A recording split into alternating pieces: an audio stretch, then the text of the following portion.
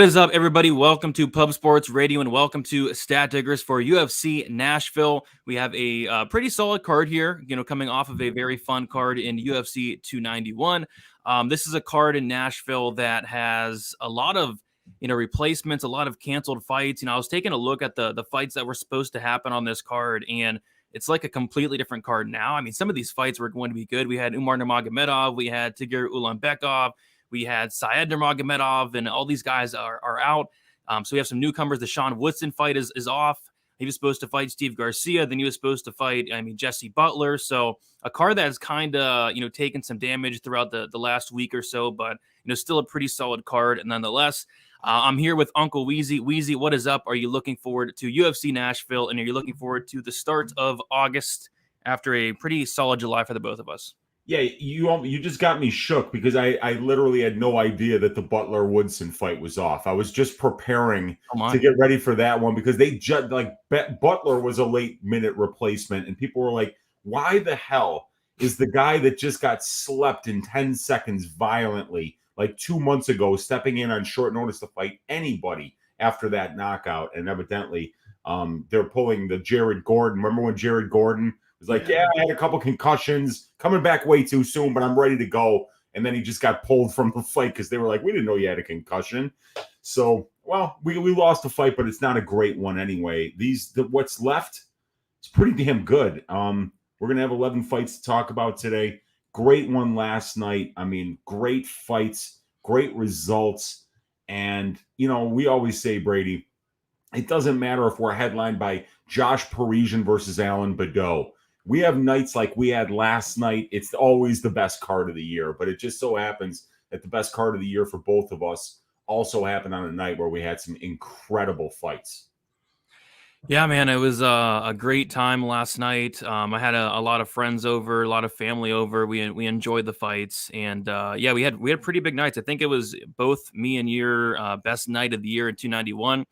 I do want to quickly shout out the chat, and then we'll recap last night. Man, 291 was great though. I'm trying to decide which card was better, UFC 290 or UFC 291. What do you think? Man, I thought the way those 291 fights played out was just incredible. Like two head kick knockouts that were just absolutely perfect. The Kopylov head kick, the Justin Gaethje head kick. Blachowicz and Pereira go 3 rounds, back and forth war. Holland chokes out Chiesa by Darce. Even Tony Ferguson fought pretty well there. It was a good fight until Green got that. And then Green gets a submission with less than 10 seconds left in the third round. I mean, like nobody was like, oh yeah, Bobby Green, third round submission. It was fun results, really good fights. Great results on the betting. And yeah, I mean, like the only fight that was disappointing for me was the CJ Vergara fight. I was kind of expecting him to kind of walk that dude down and really destroy him. I mean, he picked him apart from the outside, but it wasn't what I was expecting. But hey, man, we'll take it.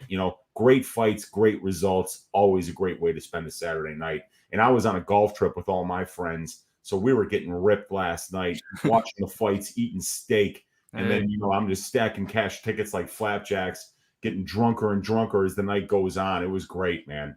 It was a great time for sure. All right, before we get started into the recap real quick, I do want to shout out the chat here. If you guys can, please leave a like, subscribe here to Pub Sports Radio. Me and Weezy go live every Sunday for some Stat Diggers, one of my favorite shows of the week. We got Victor, first one in the chat. We got Oli one. We got Dick's Insider. We have MMA Propaholic in the building. What is up, Prop? I know he had a great night as well. We got Bucky's. We got Mushroom. We got Sean, J-Bone. We got Chronic Combat Conversations in the building. Bung Hoots. We got Fred Erst. We got Sam Pierce. We have Ice Viking. We got Marcus in the chat as well. What is up? And we got Carrillo in the chat as well. What is up, everybody? All right, let's start the recap from last night. Weezy, I'll let you kick it off. We played it kind of differently. You smashed the spots you liked. You didn't go really that heavy, but you smashed the spots you liked, and you came out with a big win, huh? Yeah, when it comes to how these time props open, I use my analytics, and I use those analytics to determine underpriced lines. And when I find something that's just ridiculously underpriced, the plan is to hit it as hard as I can. You know, when the bookies make a mistake, we got to capitalize on those mistakes. So Matt Semmelsberger versus Uros Medic. Fight doesn't go to decision, opens at -160. I'm eating flapjack. I get a call from Brady saying they opened this at -160. So I'm shoving flapjacks into my mouth going, check, please. And then I had to run home to get that -160. And Brady was so nice to me, you guys. A lot of you probably think that he's worried about his gambling. He's got other things going on. No. He actually took time out of his day to call me, tell me that line was there. And he's like, I will let you go home before I smash it. Huge for 3 units. So he let me get in there, put a 5-unit max bet on it. And then it closed at -260. So we got to hold up the CLV trophy. And then Uros Medic gets a 3rd round knockout. Definitely not the way I was expecting. No. That fight doesn't go to decision to cash, but we'll take the luck when it comes our way. It could have been a quick stoppage too, but hey, I've had a lot of bad luck go against me, so that was good. Kevin Holland versus Michael Chiesa, under 2.5 rounds. Opens at plus money. I mean, not only did their stats scream that it should not have opened at plus 125, but it's a striker versus grappler matchup where the grappler puts himself in bad positions all the time, and the striker's, a Brazilian Jiu-Jitsu black belt with really long arms and a great Darce choke. So, that one closed the under 2.5 closed at -190, Brady. Yeah. We got it at plus 125. Cashed that a 2-unit bet for 2.5 units. The Semmelsberger fight doesn't go. That cashes for 3.13 units. I sat there looking at that Derek Lewis line go from -110 to plus 195. And I said, this is in this economy. I'm supposed to bet, Marcos Rogerio de Lima at -230. Hey, if you got on him at -110, -120, you did your job. I don't think anybody thought Derek Lewis was going to win by first round flying knee with the first strike that he threw. But we play prices, Brady. That one got a little bit out of whack. I got on it. Derek Lewis has this tendency of winning when you least expect him to win. And I just sold 1.195 units there. The only bet that lost was a 1-unit parlay. I parlayed the CJ Vergara money line with the Matt Semmelsberger money line, the biggest bust of the week, Matt Semmelsberger, but up 6.58 units, a 73% return on investment. And I went and I told Brady, hey, look at how good your Uncle Weezy did. And he said, yeah, nice job, Uncle. I doubled you. I fucking doubled you. How, can I not just have 1 week, Brady? Can I have 1 week where I have the fucking, hey, your Uncle Weezy killed it and I didn't do great? No, when I have my best week of the year, Brady doubles me. I mean, how the hell do you get 14 units in one night? Can you please break that down for our audience? I mean, I'll tell you how you did beat me on the ROI, so you got me there.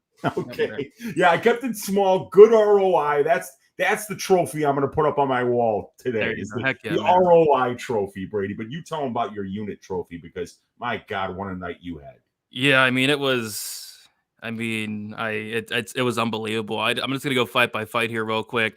Kicked off the night with Maverick, Priscilla Cachoeira. I had the under 2.5 rounds, -125 for 1.25 units. And then also Maverick inside the distance, half a unit plus 140. The line actually moved against me. The under got all the way down to like -105. I was like, what's going on? And I do want to shout out my guy, Sean, by the way.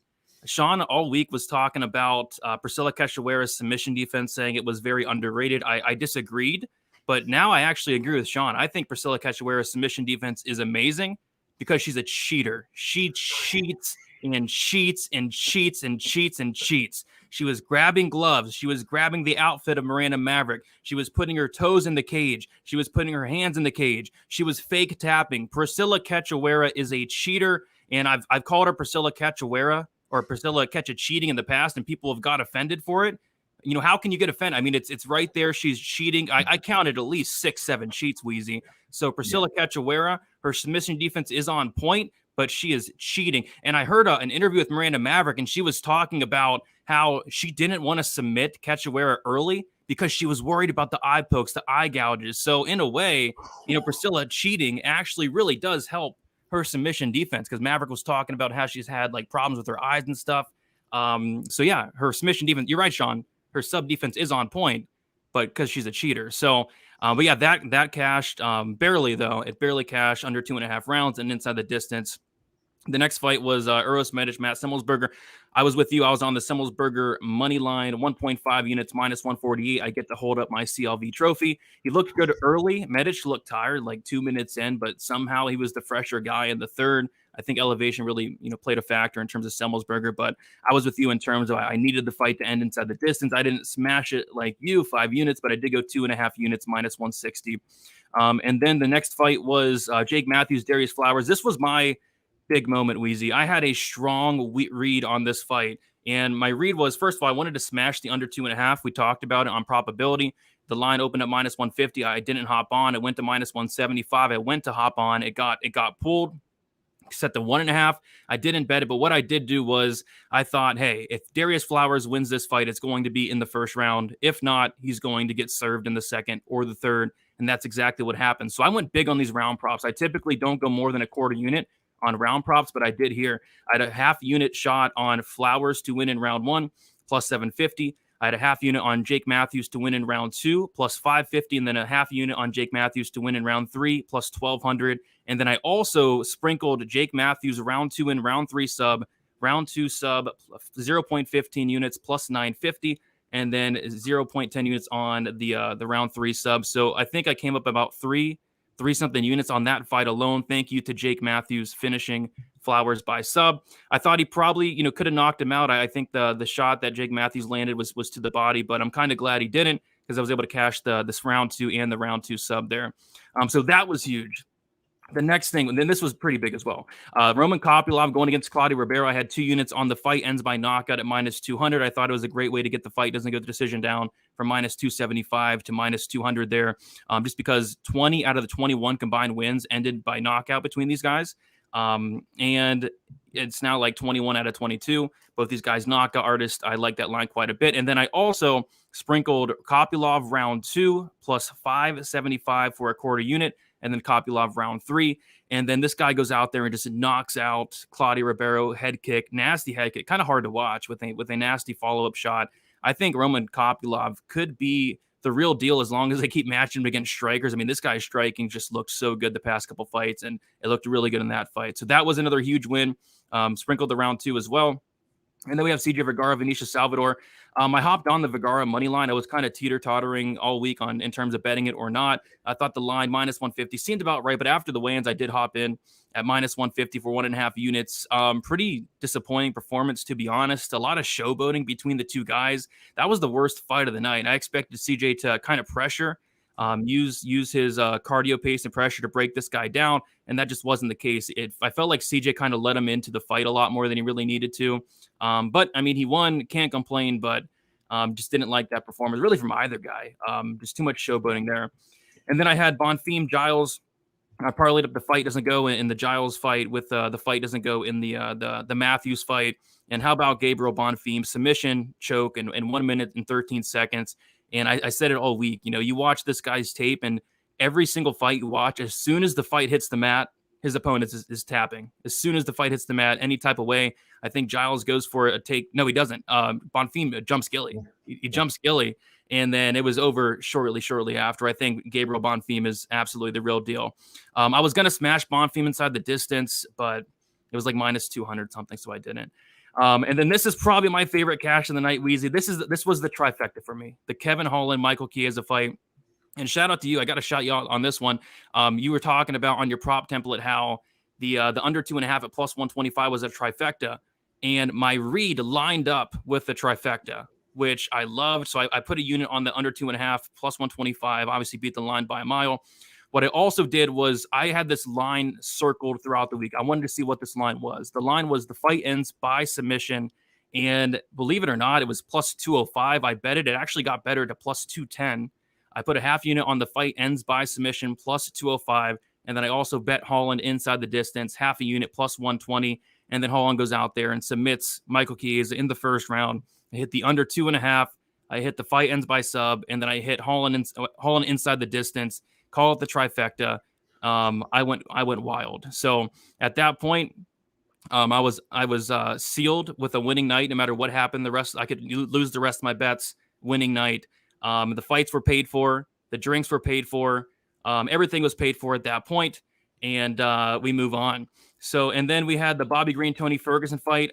So, although I had a really good night, Weezy, I made a couple mistakes, and this is the first mistake I made. So I bet Bobby Green to win in round 3 decision, which was an incredible bet, plus 105 for 1 unit, just due to the fact that, Bobby Green's not really finishing anybody, and I thought that if he did get a finish, it would be in the 3rd round, right? So got there, I think, was a great way to bring down that Bobby Green money line.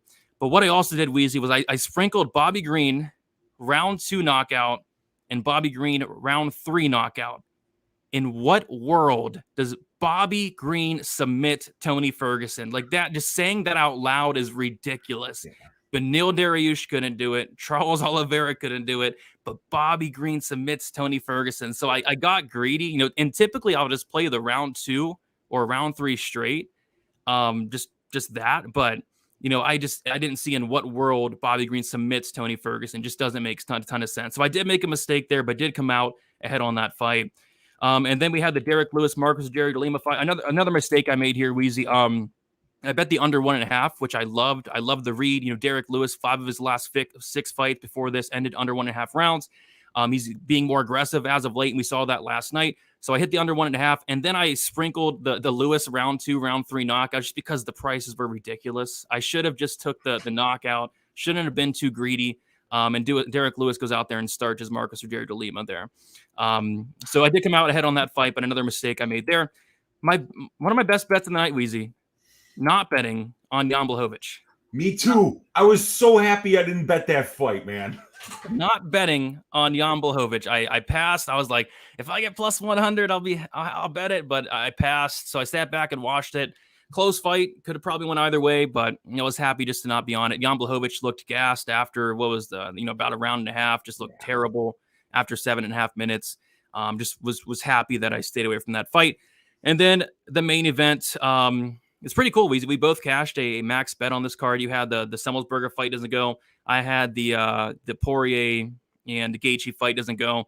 And this was one I had circled. I taped this fight. I looked at the numbers. I looked at the matchup. I looked at my read. I wrote down fight doesn't go decision, max bet. Let me see where it opens. And then people are smashing the overs. And I'm like, man, I might get a good line on this fight doesn't go. Turns out I got minus 205, which is kind of ridiculous considering, 89% of these guys, 5-round fights finish inside the distance. So I put 5 units on that, minus 205. No sweat. The fight finished in the 2nd round. Gaethje with a beautiful head kick knockout. And I even wanted to put more on it though. I wanted to bet the fight ends by knockout. It was minus 127. But shout out to FanDuel Sportsbook. They did do a promo. They did the main event fight to end by knockout, Weezy, and they boosted it to plus 120. So I got on it for half a unit. It was maxed out at $50. All my buddies got on it. So we all hit that, and it ended up being a pretty good night. And then on top of that, I did hit a Hail Mary parlay, which I hit one last week for London as well. 5-legger. I had Poirier Gaethje fight doesn't go. Bonfim wins inside the distance. Flowers fight doesn't go. De Lima fight doesn't go. And then Maverick inside the distance. It came out to plus 675.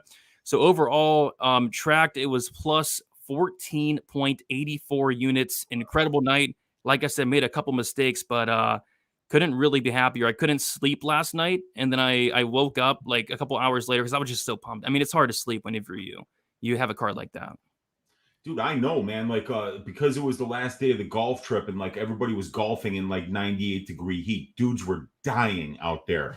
And last night, there's 12 of us in the house, and I look up at 11:30 or 12, and everybody's already in bed. I sat there by myself on my computer on Twitter for 2.5 hours. I'm I can't sleep. This was an amazing card. The bets all worked out. So it really puts you on a high. But we don't get to enjoy it really that much, Brady, because right here on Pub Sports Radio, we get right back to work every week. Every Saturday we're watching those fights, but every Sunday it's time for Stat Diggers. And if you guys were out there watching Pub Sports Radio this week for your UFC advice, between me, you, and Clint, who actually made more than both of us put together, I think. Yeah, he did. My God, Pub Sports Radio, stand up. You made me look like a loser for only winning 6.5 units.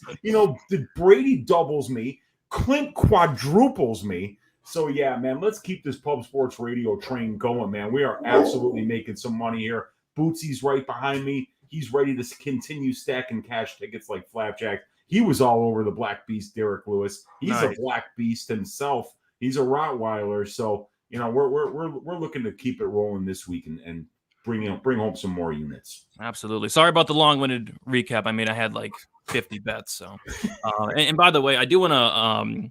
I'm happy to say that I did surpass 100 units on Bet MMA tips, which is something I've been really working towards. And I think it was last week, Weezy, where I was like, man, I think I can get 100 units on Bet MMA tips this year. And we were like, yeah, maybe we can get it in like October, November. And it happened like last night. So it happened a lot earlier than expected. Yeah, dude, you even had like 2 weeks ago, you were at like 6 or 7 units, weren't you? Yeah, last week for London, it was about 6. Yeah, so you've been, you told me you got to the 80 unit mark, and you're like, man, by October, and then two events later, you go from the 80 event, to the 100 unit mark. A great accomplishment for you, man. And I was wondering, dude, has Gabriel Bonfim ever went for a submission that he didn't get? Have we ever seen this guy attempt a submission that didn't immediately, put his opponent unconscious? This guy's incredible. Yeah, he is. If he gets a hold of anything on you, the fight is over. I mean, what the hell? I mean, he went through 2 studs in Munir Lizez and Trevin Giles as if it was nothing, as if those guys did not even belong in the cage with him. So I can't wait to see what's next for Gabriel Bonfim as well. Why is the chat hating on my water? Y'all hating too much, man. You guys are hating on my seltzers. You're hating on water. Who hates on water? What's wrong with water? You got the nectar of the gods. We need it to live, people. Who hates water? You got to be kidding me. Brady. Yeah, what are we, Odell Beckham Jr.? Who hates water, man? Y'all hating water now? I mean, I can't do anything right. You need to drink water. You bet 40 plays on this card. No, I mean, it was a joke. I bet I had like 24, and a lot of them were sprinkles. Take a sip of your little water. I mean, this is a huge water. It's a huge water. I don't know what. So I will take a sip, and I'll enjoy this sip, and then we will move on. There we go. There we go. People are getting pressed about water nowadays. I know. I don't know. Okay, Weezy, let's get in the card. Let's do it, man. We got some work to do. We do. Ode Osborne going against Asu Amabayev. We got Ode Osborne, 31 years old, 5'7" with a 73-inch reach. Amabayev, 29 years old, 5'4". We have Ode Osborne, 2 years older. He's going to have a 3-inch height advantage, and I believe he's probably going to have the reach as well. Ode Osborne is 3-2 in his last 5 fights. Knockout loss against Manel Kopp. Decision win against CJ Vergara. Knockout win against Zaruk Adashev. Knockout loss against Tyson Nam. Decision win against Charles Johnson. As far as Alum Almabayev, he's 5-0 in his last 5 fights. 17-2 overall.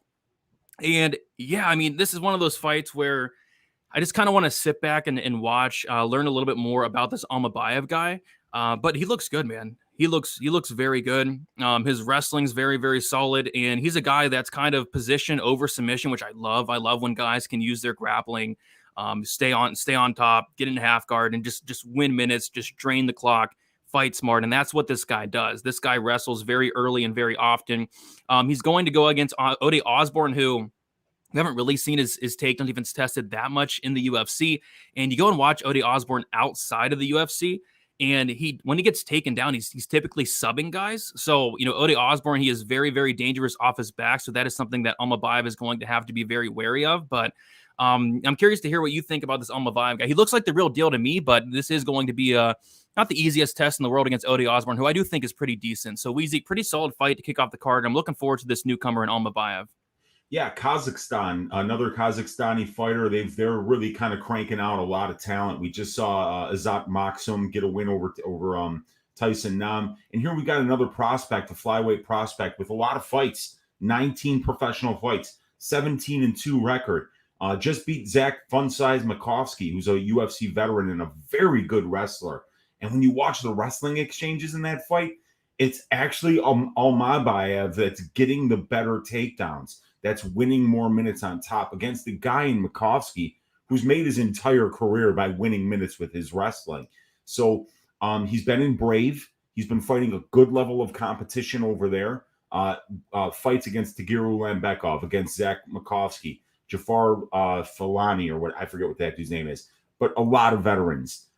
He moves well on the feet, a lot of lateral movement. When he throws with power. He kind of reminds me of Zhalgas when he's striking, where Zhalgas is kind of looking to take your head off, and he's kind of low volume, Almabayev. So I'm a little bit worried that if he doesn't mix in the wrestling, that this is going to be very close on the feet, because Ode Osborne is probably going to have a reach advantage. We don't know what Almabayev's reach is yet, because he was fighting in Brave. 5'4", don't know the reach. But Osborne is a huge flyweight, very long flyweight. And, he's got a positive, significant strike differential. But, like some of the things that worry me, Brady, is that Ode is not doing well with the wrestling. He's got 17 takedown attempts. Ode Osborne's opponents have only attempted 7. So for every takedown, that Ode's opponents try, he's trying 2.5 takedowns for every one that his opponents try, but he's losing the control time positions here. He's doing pretty well at range. He's got a positive 0.31 distance striking differential, but look at that. Look at that defense, dude. Sub 50% distance striking defense. So I think Almabayev might be a little bit better everywhere, but we got to see him. It's his UFC debut. There could be nerves, even though he's 19 fights deep into his career, there could be nerves. There could be an adrenaline dump. You have to worry about that kind of stuff. But the one thing that I did note for Almabayev is, like, man, this guy's cardio is on point. You watch him in the third round of fights where there's a lot of wrestling, and he is still going full pace. He's well-rounded. The kid's ready for the UFC. There's no question about it. He's been tested at a pretty good level here. So, and Ode Osborne, when you look at, he's 4-3 in the UFC, so he's got a winning record. He's got the right size. He's a good wrestler. He's got very good submissions off his back. But you look at the wins, right? 4 wins, and the combined record of the UFC of those guys is 6 wins and 12 losses, a 0.5 win-to-loss ratio. So I think Almabayev has probably been beating Ode Osborne level fighters on the regional scene, and he's probably going to come in here and get a win because he's a little bit better everywhere. But I don't know if I want to lay juice on a debutante. Yeah. Especially when you're going to be seeing him against a much bigger opponent than he's used to fighting. Yeah, and that's the thing. Just laying juice on somebody making their debut is something you always have to be kind of wary about. And I don't think Ode Osborne's like some bum, nothing like that. It's just, I think Almabayev, he could be the real deal. I mean, I like this guy's style. Like you said, the cardio is phenomenal. He can wrestle for 3 rounds, no problem. He stays safe on top. He doesn't make a ton of mistakes. He's just a really, really good fighter. Solid experience, 19 fights. I mean, I do like this guy, but he opened up as a dog, believe it or not, plus 137. And the line's kind of gotten smashed throughout the last couple of days. He was like minus 145, minus 150, and now he's minus 170. So I kind of expect this line to probably keep climbing. This is going to be a fight where I'm just going to sit back and watch. I'm going to take notes. I'm going to enjoy this fight. I think Almabayev is probably the real deal, but this is going to be a solid test for him in his debut, I'd say. Yeah, great way to kick off the card. Good flyweight fight. Good test in Ode Osborne for the debutante Almabayev. I'm looking forward to this one for sure. Yeah, and the over-under is about a pick 'em. I don't have a strong lean one way or another. Almabayev is he's dangerous, but like I said, he does play it safe a lot of times in his fights. Yeah, Mushroom brought up the point that Ode's been finishing 4 or 5 losses, so that's something that could be a little bit cheeky for an under. 5 of Ode Osborne's 7 UFC fights have went under 2.5 rounds, 71.43%. And we're only paying 50% on the under 2.5. Almabayev on the regional scene in 3-round fights, 9 of 15 or 60% of his fights going under 2.5 rounds. So yeah, it's not jumping out at me, but yeah, I mean, if you ask me, like, if I had to make a bet, I'd go the under 2.5 and minus 103. Yep.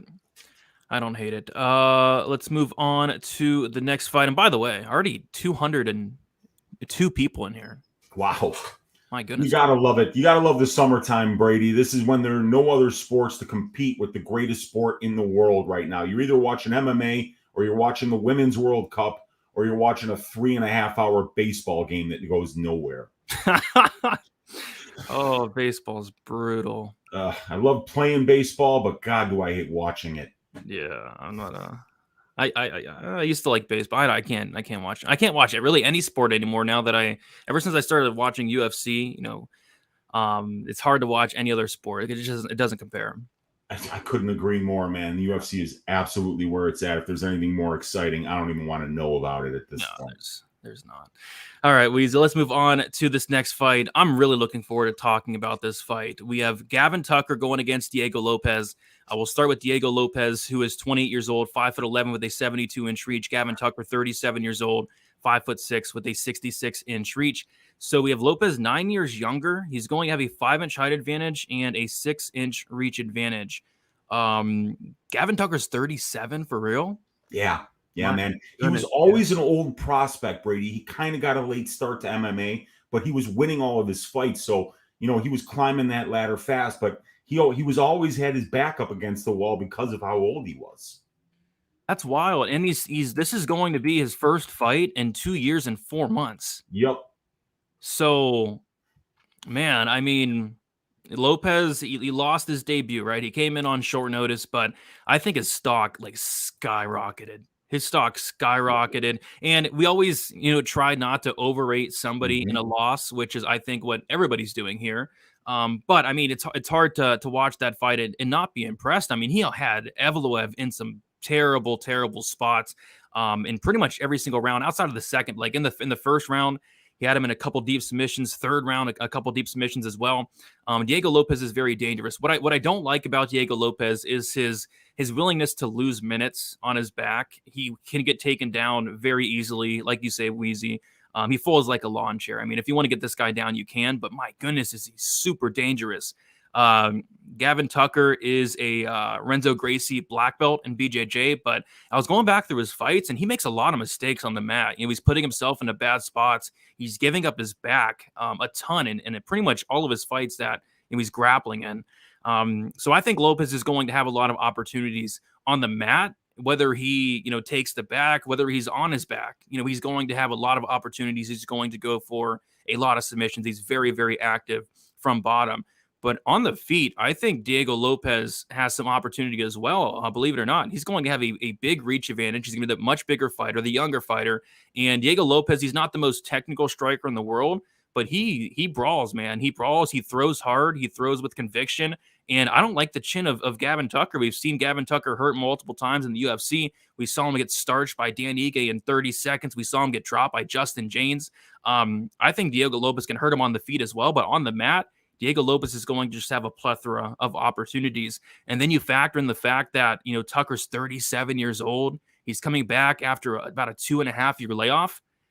I think there's a lot of reasons to like Lopes here, So I'm going to go with Lopes, but I might just take a look at him inside the distance because I don't know if he wins the decision. Like I could see a scenario where Gavin Tucker takes this guy down and stays safe on top for 3 rounds. That's absolutely in play. That's how Gavin Tucker wins this fight. And quite frankly, that's how Diego Lopes loses fights. He lost the Brito fight, just getting taken down, stuck on his back. Same thing with Evloev, taken down, stuck on his back. But I think he's going to have a lot of opportunities across 15 minutes against a 37-year-old and Gavin Tucker. Very, very interesting fight here, Weezy. Gavin Tucker has not fought in so long. He's not won in about 3 years. It's been a long time. Yeah, and that's always something that we talk about a lot, Brady, right? I mean, how much information are we missing when somebody's coming off a 2.5-year layoff at the age of 37 as a bantamweight?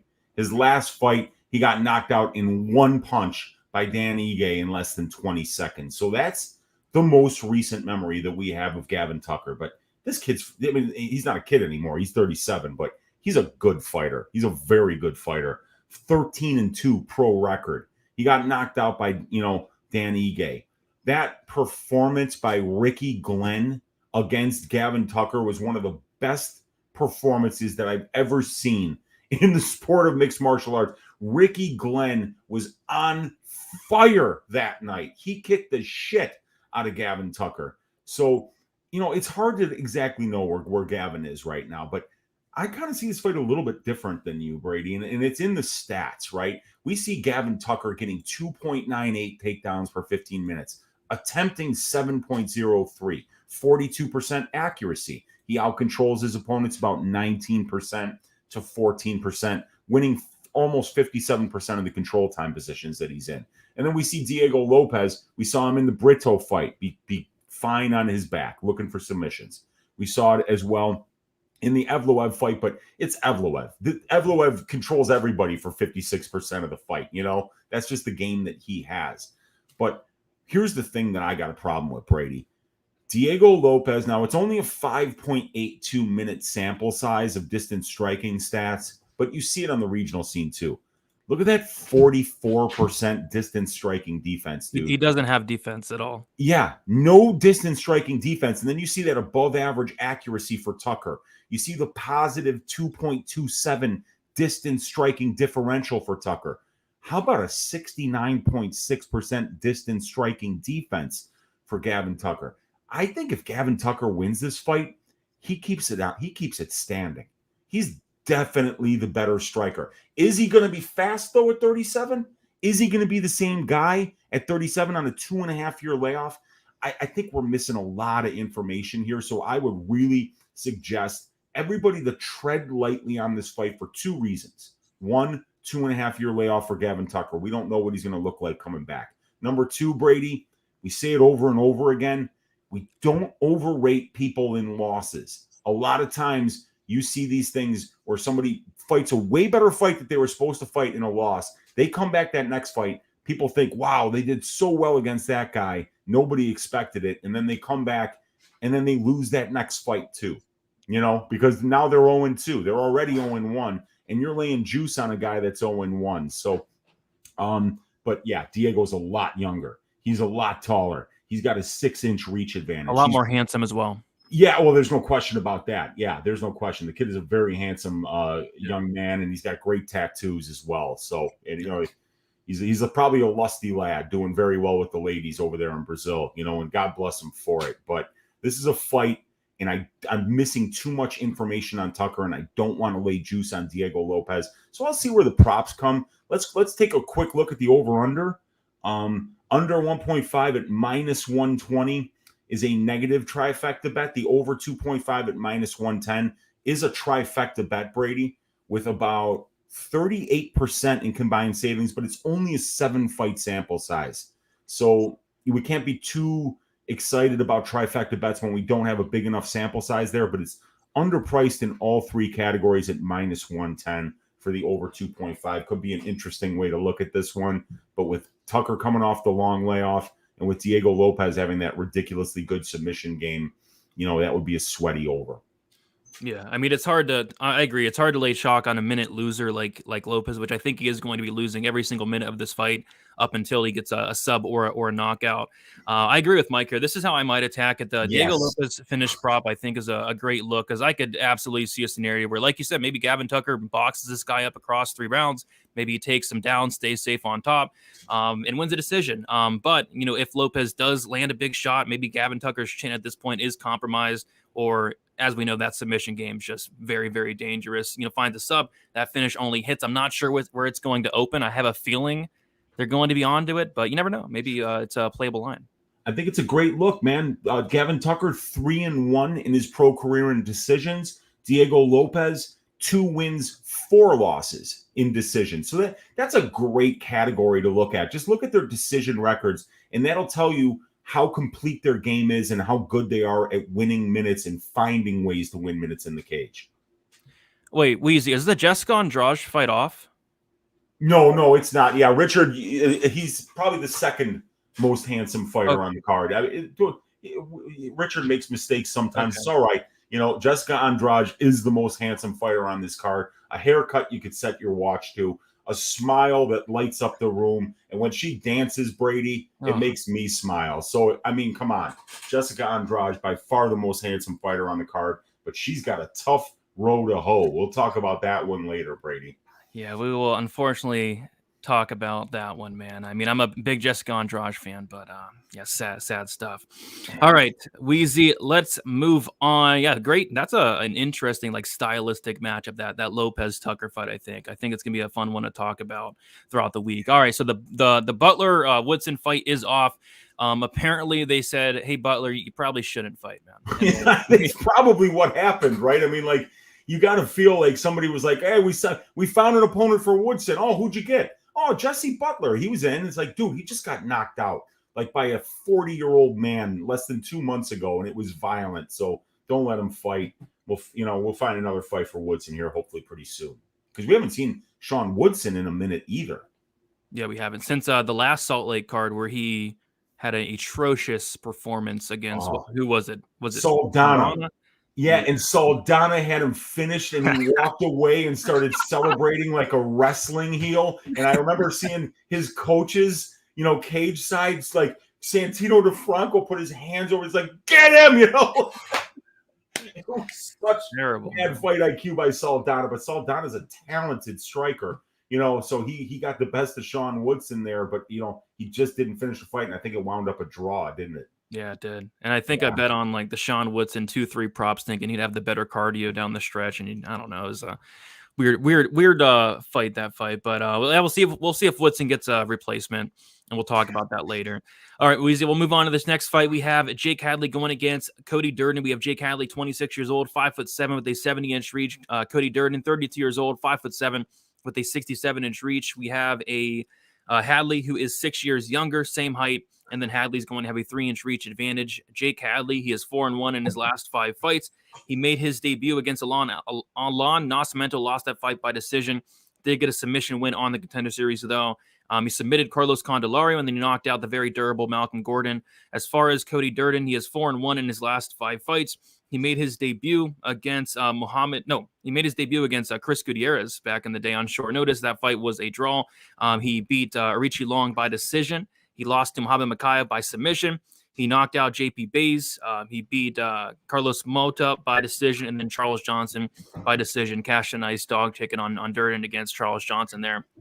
So, we have Cody Durden is coming in here on somewhat short notice. It was supposed to be Jake Hadley versus Tagir Ulanbekov, and it's actually kind of weird. Cody Durden is also scheduled to fight somebody else as well. It looks like Cody Durden is still scheduled to fight Bruno Silva, and that is supposed to be happening September 23rd. So I guess the plan for Durden is to go out here, fight Hadley, and then fight Bruno Silva about a month later, which is pretty awesome. But it's an interesting matchup. Jake Hadley is a guy that I think is pretty good. He's still young. He's still improving. He did like that Alon Nascimento fight is a pretty big red flag, though, where he was taken down, just stuck on his back. And maybe Cody Durden's able to do that here. That could be a path. But overall, a pretty close and competitive fight, I'd say. Weezy, how do you feel about this one? Yeah, this is a very interesting stylistic matchup because Jake Hadley was already training for a similar type of opponent to Cody Durden in Tagir Ulanbekov, who's a guy that's a big flyweight like Durden is. Long reach and a lot of wrestling, and it's good. So it's not like Hadley has to change around a lot of the training that he's been doing here to prepare for the short notice opponent in Durden. And there's a couple of pretty clear things here that I think could happen, Brady. Number one, Jake Hadley has 40% takedown defense on 5 attempts against. Jake Hadley has 16.5% control time for. He's allowing 47% control time against. And then you look right over on the other side of the spine of those stats, and then you're going to see the complete opposite on the Cody Durden side. You see a guy with elite wrestling numbers here. 25 takedowns for Cody Durden, and he's only allowed 2. He's out-controlling his opponents 54.5% to 4.36%, winning almost 93% of the control time positions that he's in. But here's the problem. If he takes Jake Hadley down, Jake Hadley has 5 wins by submission, and Cody Durden has 3 losses by submission. Cody Durden submitted in both of his UFC losses and in 3 of his 4 total losses as a pro. So, I could see this fight kind of going one of 2 ways. If these guys stand and strike with each other, Hadley's going to have a 3-inch reach advantage. It's southpaw versus southpaw, so that'll be an interesting stylistic matchup on the feet. I think that you're going to really want to look and see which one of these guys gets their jab involved more, because they're going to, if they can throw a jab, that jab is going to be open for business, which is something that's usually not open for business for a southpaw, because it's very rare that they fight another southpaw. We just saw Roman Kopylov look really great against another southpaw, because he's such a good technical striker when he beat Punahele Soriano, and then you see him come out there against an orthodox striker in Ribeiro, and he's using different weapons, but he's using the right weapons because he's a good technical striker. So, whoever has the striking advantage here, whoever has more tools, whoever has the better jab, I think is going to win the minutes on the feet. But I see this as either being Cody Durden getting a bunch of takedowns and a bunch of control time and winning, or Cody Durden getting a bunch of takedowns, a bunch of control time, and then getting submitted. Do you see it going any differently than that? No, not at all. I think that's that analysis lines up with mine. The thing that worries me is the things you brought up. I mean, the submission defense of Cody Durden and the fact that he's taken this fight on short notice, because the last time he did take a fight on short notice was the Gutierrez fight, and man, he looked tired after a first round of grappling. Remember, he got the 10-8 against Gutierrez, and then the second and the third, he just didn't have much left, and that worries me here. And TNT does it. No. Ryan brings it up. Jake is a black belt. He is a very, very good grappler. He even had Alon Nascimento in a little bit of trouble as well, who's also a black belt. So that's my concern, man. Kind of what I would look at here might be like a Cody Durden decision only, because I think he really could go out here and win the minutes. It's just I could very well see him getting subbed as well. So it's a tricky matchup. And we have like minus 160 in favor of Durden looking, minus 160 for Hadley, and then plus 140 for Cody Durden. I don't know. I'm not gonna bet on Hadley, but nothing's really sticking out here. Like I said, maybe the finish only for Hadley, but that's gonna be something astronomical probably. I think I might pass on this fight. Maybe Hadley by sub, maybe Durden by decision. That's kind of how I'm seeing it. Yeah, I don't think Durden by decision is a bad play at all. I mean, his wrestling, Brady, has looked absolutely phenomenal here at the UFC level. You don't get those kind of wrestling metrics that you see on the page, all that green under Cody Durden's name in the top right of that spreadsheet. He's grounded out 5.73 takedowns per 15 minutes, 11.93 takedown attempts per 15 minutes. He's getting them at 48% clip, which is way above average. So, yeah, I mean, Cody's wrestling is going to be very difficult to deal with. He's a tough opponent, and I just think, this guy is 15-4, but he's just getting better and better. Still only 32 years old, so he's got some really good years left. But Hadley's a lot younger, very dangerous off his back. And I like Jake Hadley's boxing too. Everything that I've seen from him on the feet, he looks technical. He looks like he's actually got a boxing coach and he knows what he's doing. He's not out there like Vinicius Salvador throwing wide ass hooks and like bombs, and, looking like he's trying to punt everybody's head, but then he couldn't hit water if he fell out of a boat. Hadley's crisp and he looks good on the feet. So yeah, very good fight here.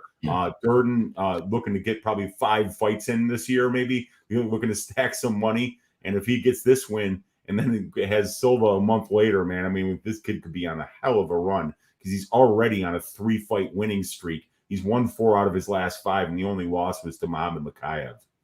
Yep, 100%. Jake has striking. Yeah, he does. I mean, I would take a look at the Candelario fight. His striking looked better than ever, like seriously improved in that Candelario fight. And then obviously, he knocked out Malcolm Gordon, which it is what it is. But that Candelario fight was very impressive to me. Yep, absolutely, man. I mean, I'm a big fan of both of these guys. They're both very talented, and Hadley's got Hadley's 27 years old. I mean, this kid has got a lot of growing to do, and he's already fucking good. 10-1 as a pro. Only loss coming to Alon Nascimento, who's a very, very good, very experienced, well-rounded fighter. Absolutely. And Nascimento is a very good fighter. He has that blonde hair as well, and that blonde hair does go a long, long way. The shootbox blonde hair, Brady, it is a fucking terrifying opponent to go up against. Those guys, man. Those guys are scary. Elvis Brenner coming out of nowhere. I mean, man. Yeah. What about what's the kid's name? Moscatino. And then there was the other one. Daniel Da Silva's. Daniel Da Silva. I don't know if Daniel Da Silva shootbox. Yeah, he's the Charles Oliveira guy. Okay, yeah. And then there was one more from there too that Moscatino Santos, right? I think he's a shootbox guy as well. And he had that great performance against Laron Murphy. That was another guy who got overrated in a loss. It was a loss against Laron Murphy, but he got overrated, and then we cashed betting against him because the line was too wide for his next fight. So, yeah, overrating people in a loss. Diego Lopes, we're going to talk about that this week. We already did. So, facts, yep. Hadley is not a fraud. No, he's not. Dude, Weezy, when you call people frauds and phonies, like you have a 100% hit rate.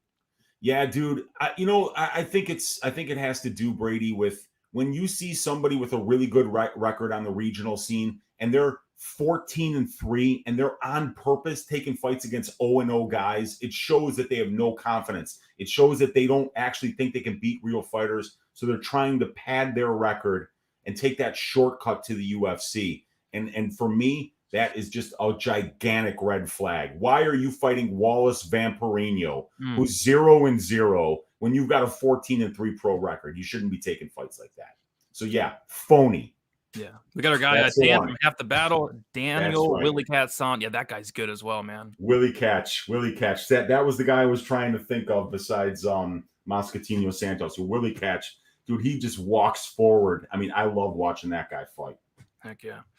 All right, Weezy, we'll move on to the next fight. We have a banger, man. I mean, me and you are both high on Carlston Harris. We always have been a big fan of this guy, but I'm also a big fan of Jeremiah Wells. This guy is crazy, dude. Jeremiah Wells, 36 years old, 5'9", 74-inch reach. Carlston Harris, 36 years old, 6 foot with a 76-inch reach. Same age. They're both 36 at this point in their careers.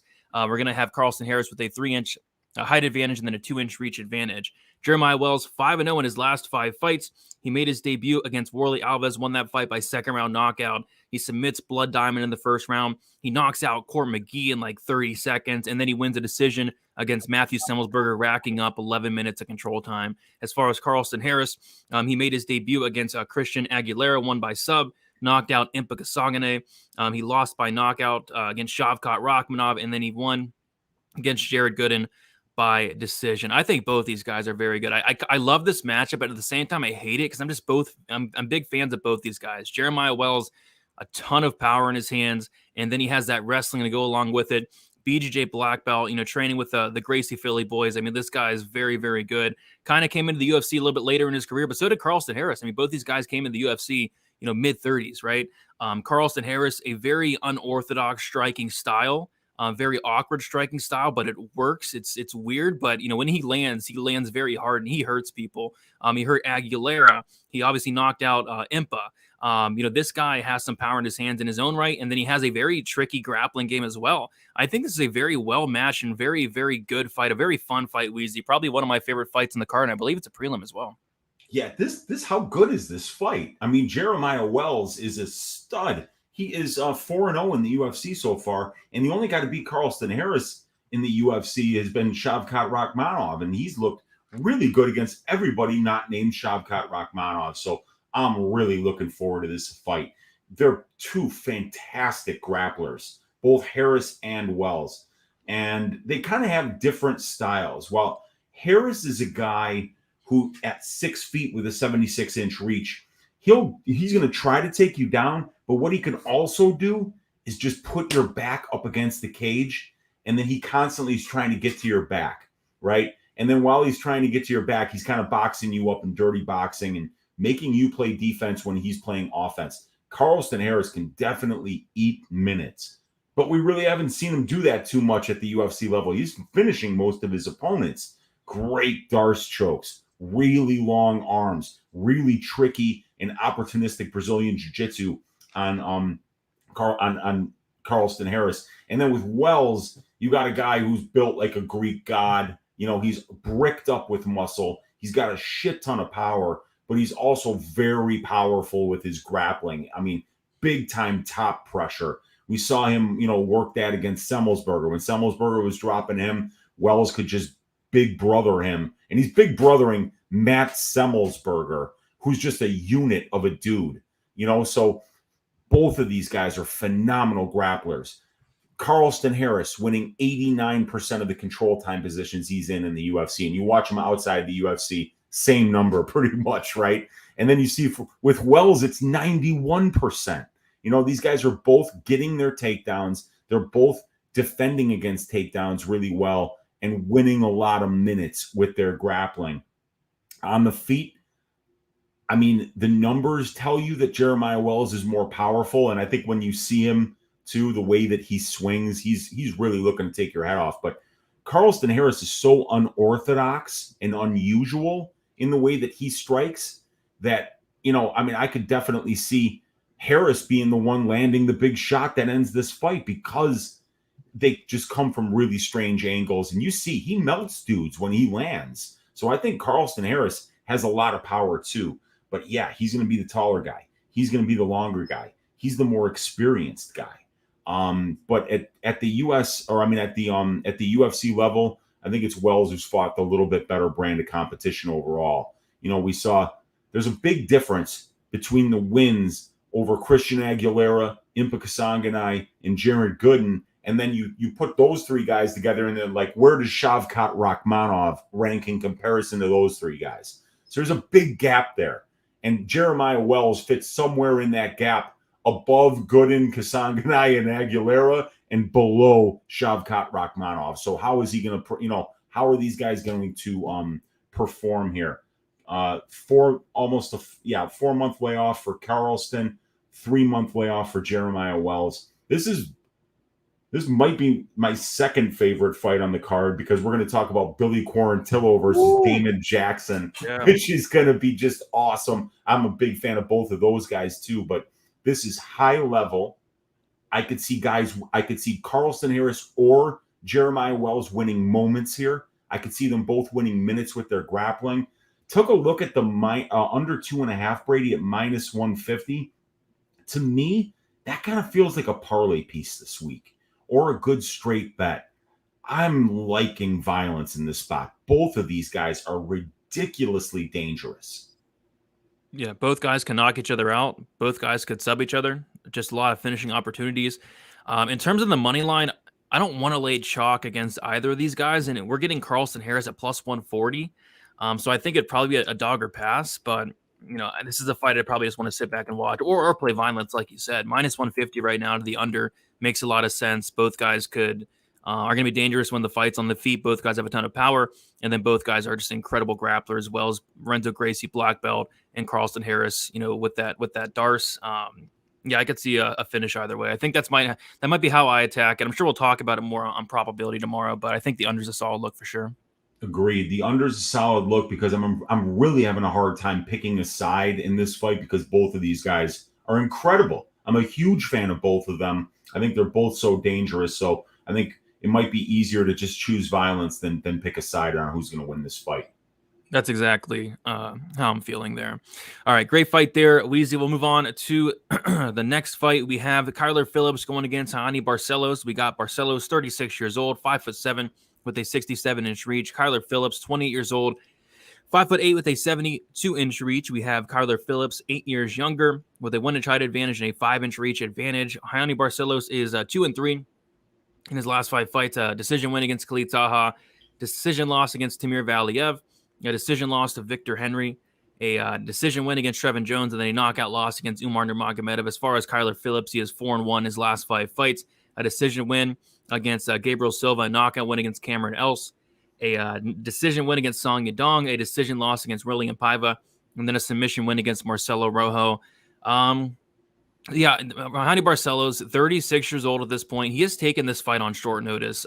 So taking a look at it here, Kyler Phillips was supposed to fight Asad Nurmagomedov. So Asad Nurmagomedov pulled out, Tagir Ulanbekov pulled out, and then Umar Nurmagomedov pulled out. So all 3 of those guys were supposed to be on this card. And then in steps, 36-year-old Raoni Barcelos on short notice. If this fight was a year or 2 ago, I would really like Barcelos in this matchup. I just think that we are starting to see a decline. I think it all started with that freaking Timur Valiev fight. I think that was a lot closer than it really should have been, and it probably should have been a draw. Barcelos did drop Timur Valiev, I think, 3 times in that second round. He was on the verge to stopping the fight. The ref was about to stop it, if he would have let off with a couple more punches. So that probably should have been a draw, but still, going to a decision and losing a decision, Timur Valiev is not a great look. And then this is kind of what did it for me. The Victor Henry fight, and he was a massive favorite in that fight, just got, beat across 3 rounds against Victor Henry. He does bounce back against Trevin Jones, but then he gets just brutally knocked out against Umar Nurmagomedov. taking a look at the odds here, it's kind of wild, man. Kyler Phillips is minus 190 now. He was sitting at minus 130 for a while, but money's pouring in on Kyler Phillips. I kind of hate that because I think Barcelos is so skilled. It's just, does he have enough in the tank at this point on short notice at 36 years old? Obviously, he's an incredible grappler, BJJ black belt. Offensive wrestling's on point. Defensive wrestling's on point. The durability's on point.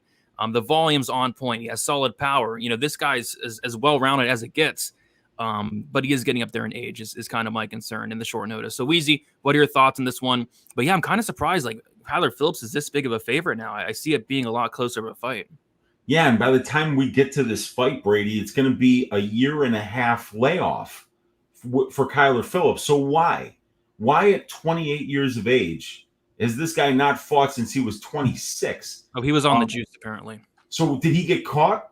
Yeah, he said I think it was a tainted supplement or something like that. Okay, you see that you have to, and we never know whether we can take these guys' word for it or not, but USADA will definitely usually give you an idea of whether they think they found a lot of a contaminant in the sample or whether they found just a little bit of it, and then whatever, decision that they make. So who knows if Kyler was juicing or not. But yeah, a 1.5 year layoff, and you're fighting Hani Barcelos, this is a guy that's a very good fighter. And then you look at Kyler Phillips' wins in the UFC, right? There's the Song Yadong win, right? Ooh, Song Yadong, you got that win. I don't know if he won that fight, okay? I don't know if he won it, but he got given the win. All right, the other wins against Gabriel Silva, Cameron Else, and Marcelo Rojo. He lost to Paiva. Now, I don't think he lost to Paiva, right? I think he won the Paiva fight. He may have lost the Song Yadong fight. And Paiva's really good. Song Yadong, really good. But outside of those two fights, where he's 50-50, he's 1-1. And against that higher level competition, guys like Paiva and Yadong, he's in coin flip fights. You don't lay minus 190 on a guy that's in a coin flip fight against somebody that's fought a much better brand of competition for Barcelos, So especially over the long term, Barcelos has a win over Said Nurmagomedov, who was supposed to fight Kyler Phillips. So it's going to be interesting because you look at Barcelos with the 94% takedown defense. He's out takedown his opponents 12-1. He's winning 85% of the control time positions that he's in. So if Barcelos finds ways to grapple here, I think he can win this fight. But I've always been a bit of a Barcelos homer. I like this guy. He's got no weak spots in his game, ladies and gentlemen. The stand-up is there. The cardio is there. The durability is there. The wrestling and the grappling are phenomenal. Nobody's styling on Hani Barcelos on the mats, plain and simple. Even Umar Nurmagomedov had to knock him out. Think about that, right? So, I think that I would be very, very careful about laying juice on Kyler Phillips. I know that the kid's a phenomenal prospect, but I think we've got a lot to learn about him still at only 28 years old, potentially juicing, 1.5 year layoff, not as good a level of competition. And we know that if Hani Barcelos gets his wrestling and grappling going, that anybody in the division is going to have a hard time stopping it. So I'm going to be taking a long look at the Barcelos plus money here.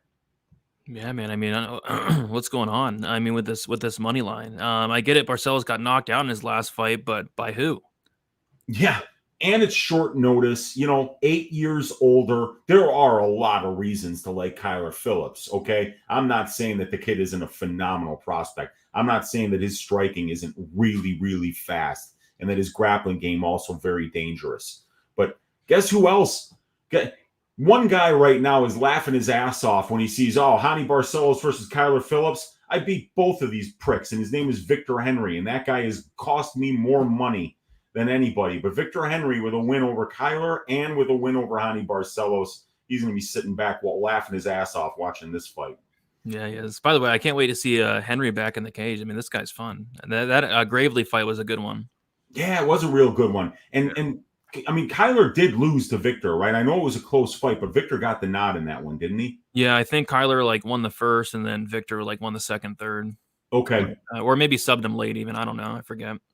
Yeah. So, yeah, it's going to be a very interesting one, man. But this is a great This is a great card.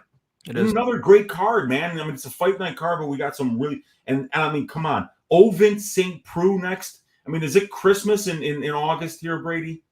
It might be. It might be. Wait, that St. Preux fight's off. Really? Cutelaba is off the card. Wait, when did that happen? Damn it. Dude, where have I? Oh, that's right. I was drunk for 3 days in a row trying to golf. That's why. This is my fault, you guys. Dude, I wish that fight was on. What a hilarious fight that Cutelaba St. Preux would have been. I mean, Cutelaba starches him in 20 seconds. Oh, dude, yeah, that would. Cutelaba was going to murder him. Yeah. St. Preux looks like molasses in January. Bootsy, my Rottweiler, is 9.5 years old. He's got osteoarthritis. He has a hard time getting up and down the stairs. He would smoke Ovin St. Preux in a race right now. Yeah, you're right. What a man! The Lynch just starched OSP. I wonder who pulled out of that fight, by the way. But that was actually one I wanted to see. I wanted to see a starching. But yeah, you got to believe it had to have been Cutelaba who pulled. I mean, St. Preux who pulled out, because you would have.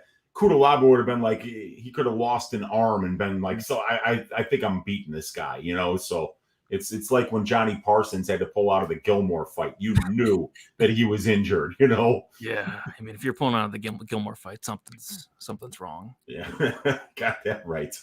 All right, but we will move on to the people's main event, though, Weezy. It's the fight that we've all been waiting for. Fan favorites, Billy Quarantillo going against Damon Jackson. We got Quarantillo, 34 years old, 5'10" with a 70-inch reach. Damon Jackson, 34 years old, 5'11" with a 71-inch reach. Same age there.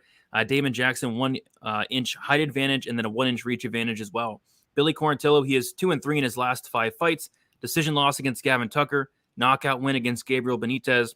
Decision loss against Shane Burgos. Knockout win against Alexander Hernandez. And then a knockout loss to Edson Barbosa. As far as Damon Jackson, 4-1 in his last 5 fights. Decision win against Charles Rosa.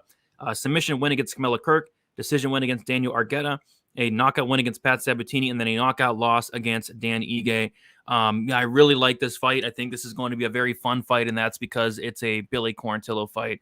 I can't remember the last time Billy Quarantillo's been in a boring fight, and this one's not going to be boring. I think, the matchmakers did a really good job here putting these two together.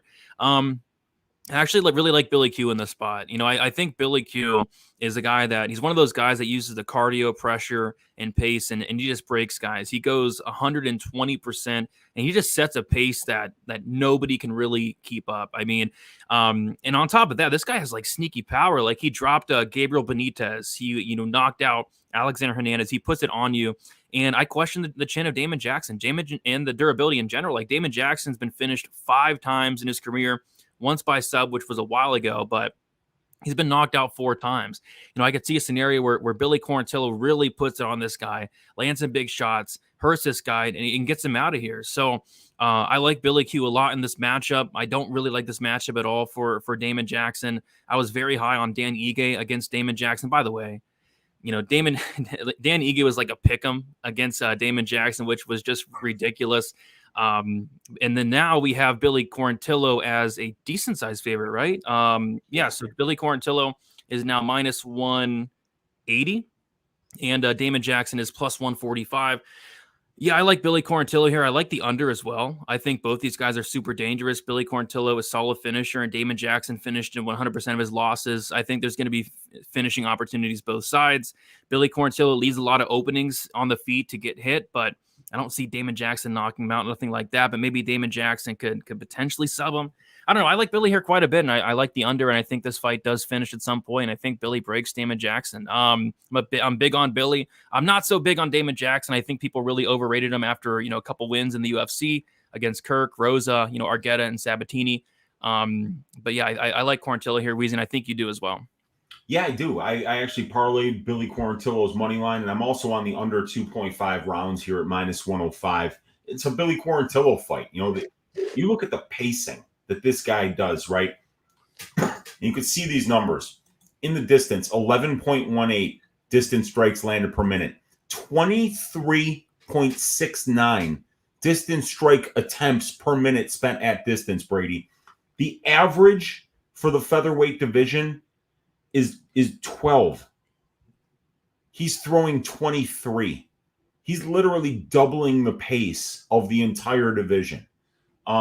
He's got a 47% striking accuracy, while Damon Jackson has a 33% striking accuracy. But the problem with Billy is you can't be that offensive and simultaneously worry about your defense at the same time.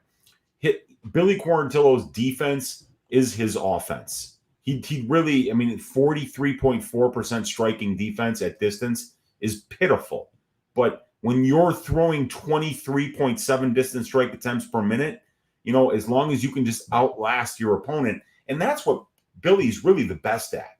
You know, Billy Quarantillo fights are always close in round 1, and they're always close for the second half of round 2. And then what happens? Usually Billy gives up a takedown somewhere early in round 2, and then he gets back up.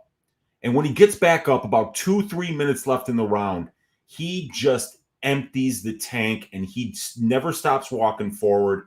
And then people realize, like, I would rather do anything else in life than spend 7 more minutes in a cage with this young man, because his pace is just something that most people are just not going to be able to deal with at all. Damon Jackson, 59% striking defense at distance. He's solid. He's putting up good numbers there. And he's a good wrestler. So we're gonna have to see if Damon can get this fight to the ground, because that's where he's gonna need it.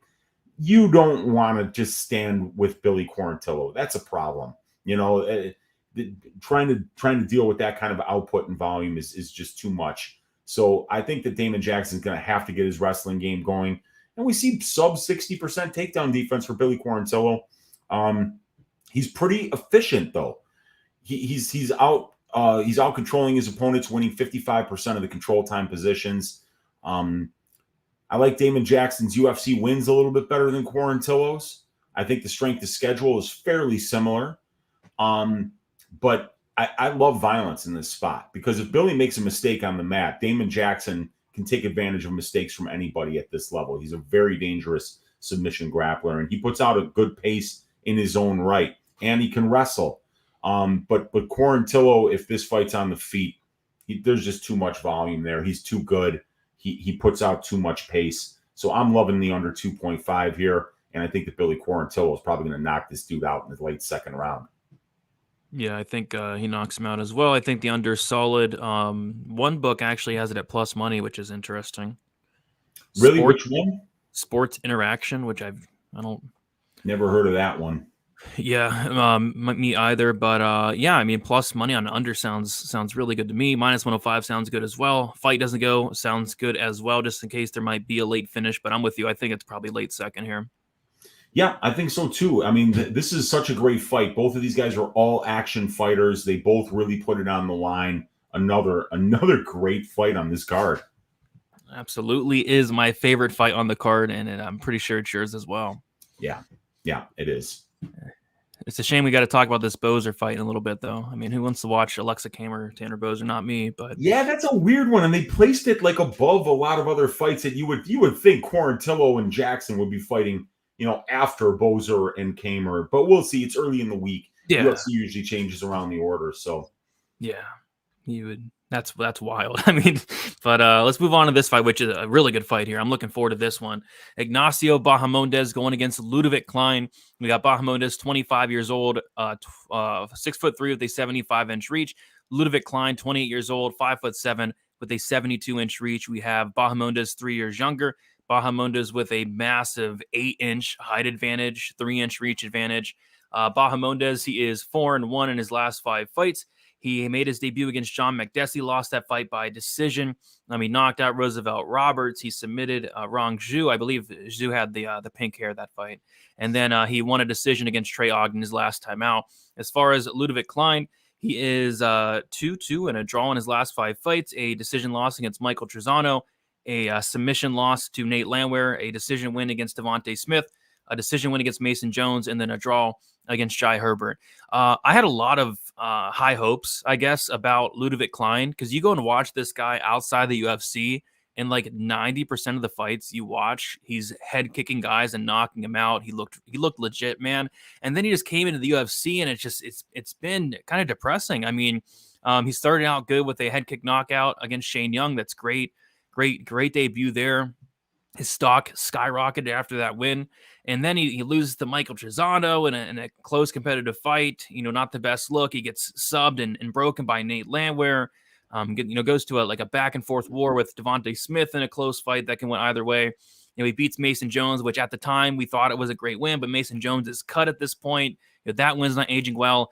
And then he goes to a draw with Jai Herbert, which is not ideal either. So although I was very high on Klein at one point, I don't know if I'm so high on him anymore. But with that said, he's still only 28 years old, so maybe he can start putting it all together, because I think he is a very talented fighter. But the results, quite frankly, just haven't been there at all. I haven't been impressed with any of the last 5 performances. So can he put it together? Is this guy legit? I'm not so sure anymore.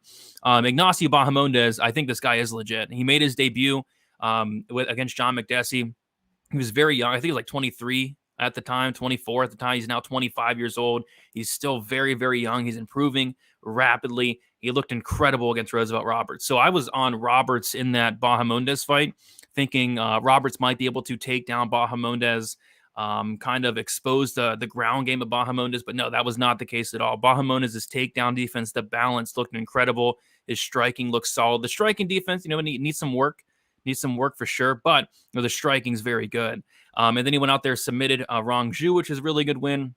And then he beats Trey Ogden in a fight where Ogden just didn't really show up at all. But yeah, really, really good fight here, Weezy. Bahamondes, not only is he going to be younger, but he's going to be so much bigger. I think that's going to play a factor.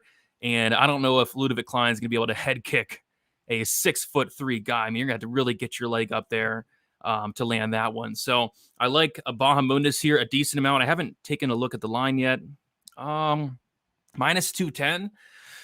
Don't know if I love that, but I do like him to win here. I think this fight is primarily going to play out on the feet. I don't see Klein taking down Bahamondes. I think Bahamondes' takedown defense is very, very improved. I think these guys are going to strike, and I got a favorite Bahamondes, who I think has more tools on the feet with a significant size advantage. I like Bahamondes here a decent amount, but minus 210, minus 220.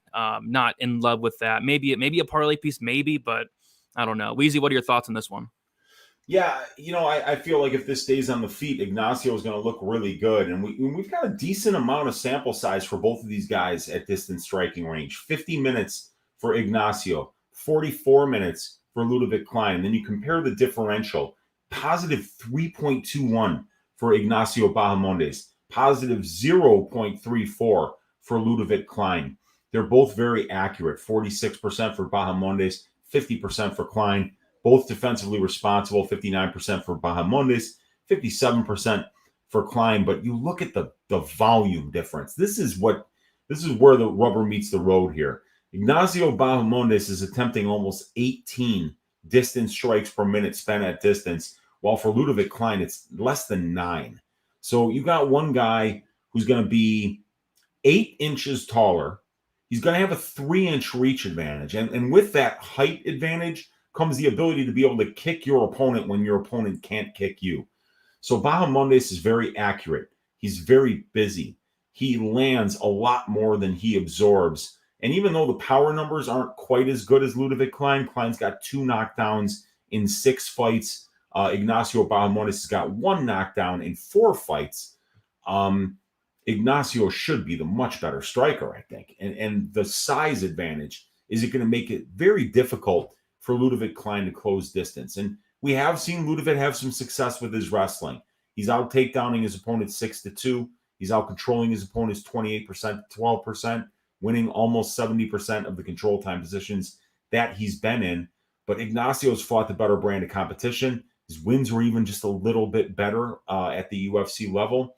And you look at that 94% takedown defense, it better hold up, though. It better hold up against Ľudovít, because if Ľudovít gets this to the ground, he's a very tricky grappler, ladies and gentlemen. 84% finish rate, but for a guy who's knocking dudes senseless with a head kick, this guy's got 8 wins by submission and 8 wins by knockout. So he's very dangerous on the ground. And we know what Bahamondes' base is. The base is striking. And he works that takedown defense so that he can keep the fight where he's comfortable and where he has an advantage at distance striking range. But if Ľudovít Klein is successful in making this a grappling match, I think that whoever has the plus money tickets on Klein are going to be smiling at decision time because they're going to be in that game. And, you know, we even saw somebody in John Makdessi be the one landing the big shots against Ignacio when he had his UFC debut. So it's not out of the realm of possibility that Ľudovít Klein could land a big shot and win a couple rounds in this fight as well. So, yeah, but I like Ignacio Bahamondes, still less than 26 years old.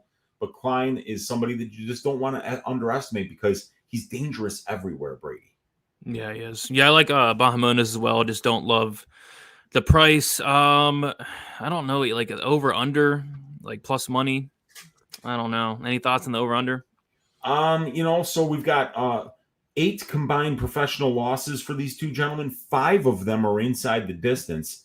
And then you look at as a pro, you got 10 wins inside the distance out of 14 for Bahamondes, 16 out of 19 for Klein. So if I go to my prop template here, it is telling me that 86% of their pre-UFC fights finished inside the distance, and 40% of their 10 fights at the UFC level have finished inside the distance. So, yeah, it could be a possibility for some violence here, but the prop template likes the over a lot more at minus 145. I don't know if I'd want to bet an over in this fight, though. No, I don't bet overs to begin with. And by the way, I did order this, and I'm really looking forward to debuting it. It is the Liang Na wig, and it is arriving on Friday. I was gonna wait for she fights on the 26th, but I might do like a sneak peek next week. I'm just so excited to put this on, man. I'm a big Liang Na fan. Yeah, I mean, I'm a huge fan of her fights. We have cashed some of the easiest under bets in our entire career on the Na Liang fights. When somebody fights furiously for 90 seconds, you gotta love betting the under. Yeah, there it is. Look at that handsome woman right there. It looks like she stole Habib's hat. Yeah, she did. You know? Yeah, it was crazy. I was up late last night, very, very drunk, and I was like, I went on Amazon. I had to get it. I also bought a customized shirt that says "No Overs," which I'm going to be sporting as well. But I had to get that wig, and it's going to arrive just in time for that fight against JJ Aldrich, where we're going to be betting the under, no matter where they set it. Yeah, she's gonna make JJ Aldrich look like a finisher, which she is not. She's gonna make JJ Aldrich look like Amanda Nunes or something. It's gonna be crazy. Dude, wouldn't it be awesome if she went out there and subbed JJ Aldrich in the first round? I mean, what kind of a party would we be having, dude, if Na Liang got her first UFC win? That'd be crazy. By the way, I think JJ Aldrich is like minus 400 in that fight. Yeah, I'm not surprised. Bro, you're crazy. Overstay my bet. Hey, that's good for you, man. I don't do it. You know, I like my health. I like my my mental health, and betting overs. I don't know. I can't do it myself. But if you're betting overs, there you go. I don't do it myself. Yeah. Rest in peace to everybody who had the fight goes to decision for the Ferguson Green fight on Saturday. That was a really, really rough way to lose a bet, man. Arm triangle by a kickboxer. And by the way, I was watching him. He had that arm triangle sunk in, and he was in half guard, and Ferguson's leg was flat. Like, Bobby Green could have shifted his hips over to the left at any time, got his ass down, and finished that choke. It took him 30 seconds to figure out, like, holy shit, maybe I should just pass the side control here, and then I can actually finish the choke. I think I would have finished that choke quicker than Bobby Green did. That was wild. That was a shocking outcome. I could just picture my sensei going, "Get to the side and get your ass down." He would have said that 5 seconds into that, and then I would have done exactly that. I would have got off to the side, got my ass down, and finished the choke. But it took Bobby Green a little bit longer. But hey, still great finish for him. Absolutely great win for Bobby Green, and Tony Ferguson should hang him up. All right, we'll move on to the next fight. Do we have to talk about this one, man? I mean, like, this fight is weird. Yeah, it's a weird one. Yeah, this is a weird one. But, you know, hopefully these guys box each other's faces off and it's an enjoyable fight. I don't know. I mean, I've never seen an enjoyable Aleksa Camur fight. The Negumereanu fight was horrible. The William Knight fight was, well, every William Knight fight's horrible, but that was horrible. The Fabio Chiron fight, I mean, the Justin Ledette fight, I mean, these are all pretty Terrible fights. But yeah, he's going against Tanner Boser. And we have Tanner Boser, 31 years old, 6'2" with a 75-inch reach. Aleksa Camur, he is 6'1", 27 years old with a 74-inch reach. And so this fight's at at light heavyweight. Yes. Camur's a heavyweight, I thought. So he's coming down too. No, Camur's been a light heavyweight because he fought Negamarianu and he fought Ledet and he fought Knight. But Boser came down from heavyweight to light heavyweight in his last fight against Kutalaba, but every other Boser fight prior to that was at heavyweight. I don't know why. I thought Camur's a heavyweight, but Camur's been off for a very long time. That's why, because you haven't seen the dude in even 2 years, so it's hard even at your young age to remember what this kid is all about, because 2 years and 1 month out of the cage for Aleksa Camur. Yeah, and his last win came 3 years and 4 months ago, so it's been a while. Against Fabio Charant, the Water Buffalo. Don't underrate that win, ladies and gentlemen. What do you mean? How do I identify now? What do you mean by that, Ice Viking? I identify as a male. As a Naliang fan, that's how he identifies, and is a long-term winner with 100 units of profit on Bet MMA tips. That's how he identifies. I guess so. But yeah, I mean, I have no thoughts on this fight really. I do want to see where it's lined though. Yeah, Boser minus 156, Camur plus 136. Weezy, what is sticking out to you on this fight? Yeah, I mean, it's sticking out as, okay, where the hell is Aleksa Camur? You know, I mean, should Tanner Boser beat this guy? He's fought the better brand of competition overall at the UFC level. His wins are better at the UFC level. But Camur's still very young. And I mean, like, even the fights that Camur had, he was in those fights. He didn't fight poorly. He's a very talented boxer. Training with Stipe Miocic over at Strong Style Fight Team. And the kid is a Golden Glove boxer. So, but we just haven't seen much out of him. But look at that age, Brady. 27 years, 9 months, 2 years away from the cage. Have we seen this before? You know, where some kid comes back and then, holy shit, they come back and they look amazing. So just because of that, when I look at these stats, Camur in there against Charant, Ledet, Knight, and Negamarianu, right? And he's landing 5.93 strikes per minute at distance, absorbing only 4.06. Positive 1.86 distance striking differential, 54% accuracy, 66% defense. Where he's losing minutes is in the grappling. And Tanner Boser isn't going to grapple. This is going to be a striking match. Tanner's going to be 1 inch taller. He's going to have a 1 inch reach advantage, but he's going to be the slower man here.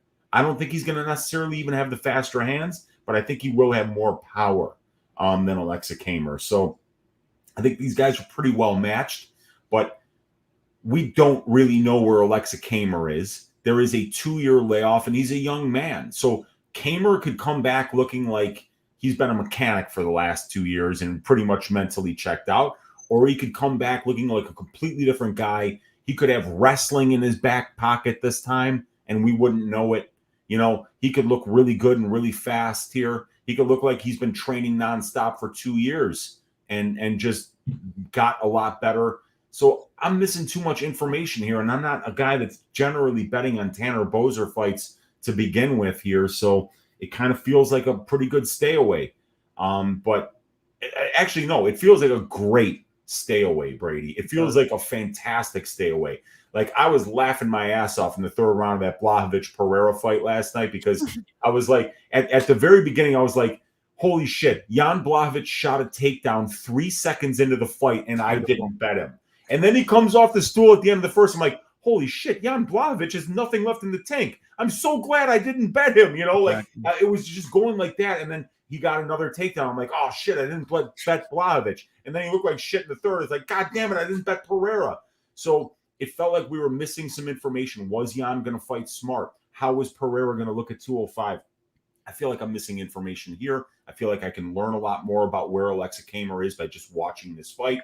Maybe I'll have a better idea of what to do in Boser's next fight and Camur's next fight. But I just want to see Camur back once. I want to see where this kid's at. I don't think I want any money on this fight. Yeah, that's a great point, though, about the age and the layoff. Like, we could see, like, a completely different guy, like a much, much improved guy. I'm not sure why he took this layoff. I'm not sure, you know, what.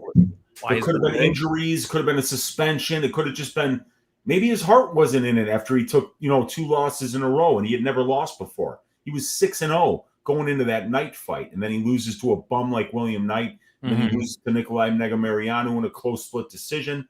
So maybe, there's a lot of things that could have went into this 2-year layoff, and I don't know what any of them are, so I'm going to wait to get some more information.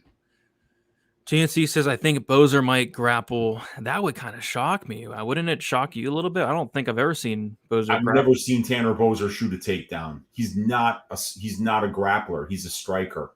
I mean, if anybody wrestles, I think it's going to be Camur, because he's on that 2-year layoff, and maybe he decided, you know what, man, I'm going to learn how to wrestle. I'm going to learn how to stop takedowns, win minutes on the ground so that my boxing looks even better. Yeah. I mean, I think passing is probably the best move here. But if you want to take a leap in faith and say, you think Camur made some improvements over the last 2 years, he is sitting as a plus 150 dog right now on Bovada. It looks like plus 136 bet online. But I don't know if I want to take that leap of faith. Camur is coming off a pretty serious hand injury. Thank you for that information, Elvis. I did not know that. So that's important, because this dude is a boxer first. So if he is coming off a serious hand injury, he might not have been able to work much. But who was coming off a serious hand injury yesterday, Brady?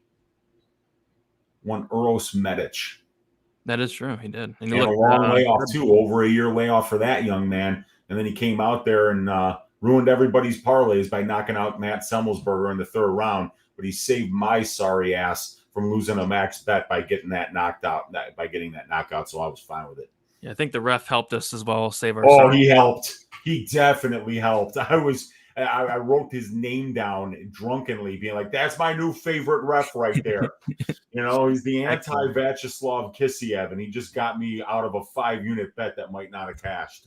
Yeah, it would have been. Glad that hit. Me too. All right, Weezy, we have 240 of you in here. If you guys have not already, smash a like button.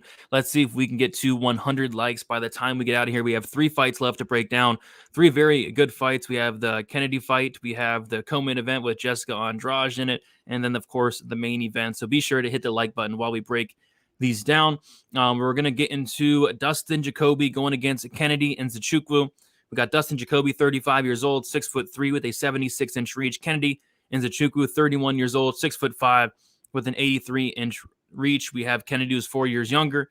Kennedy with a 2-inch height advantage and a 7-inch reach advantage. Dustin Jacoby, 3-2 in his last 5 fights. A decision win against John Alon. Decision win against Mikel Olazechuk. A knockout win against Da Un Jung. A decision loss to Khalil Roundtree in a fight he clearly won. And then a decision loss to Azamat Mirzakhanov. As far as Kennedy Nzechukwu, he is 3-2 in his last 5 fights. Weird knockout loss to Da Un Jung.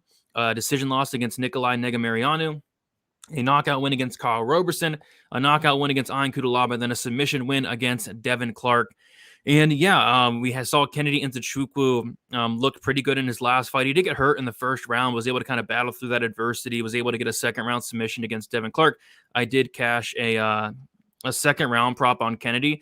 And what hurts me till this day, Weezy, was I saw that the 2nd round sub for Kennedy opened up at plus 10,000 on Bet365, and so did the 3rd round. I was so close to sprinkling the 2nd round prop at plus 10,000, which would have just been incredible, but I stayed away. I just went with the straight round 2.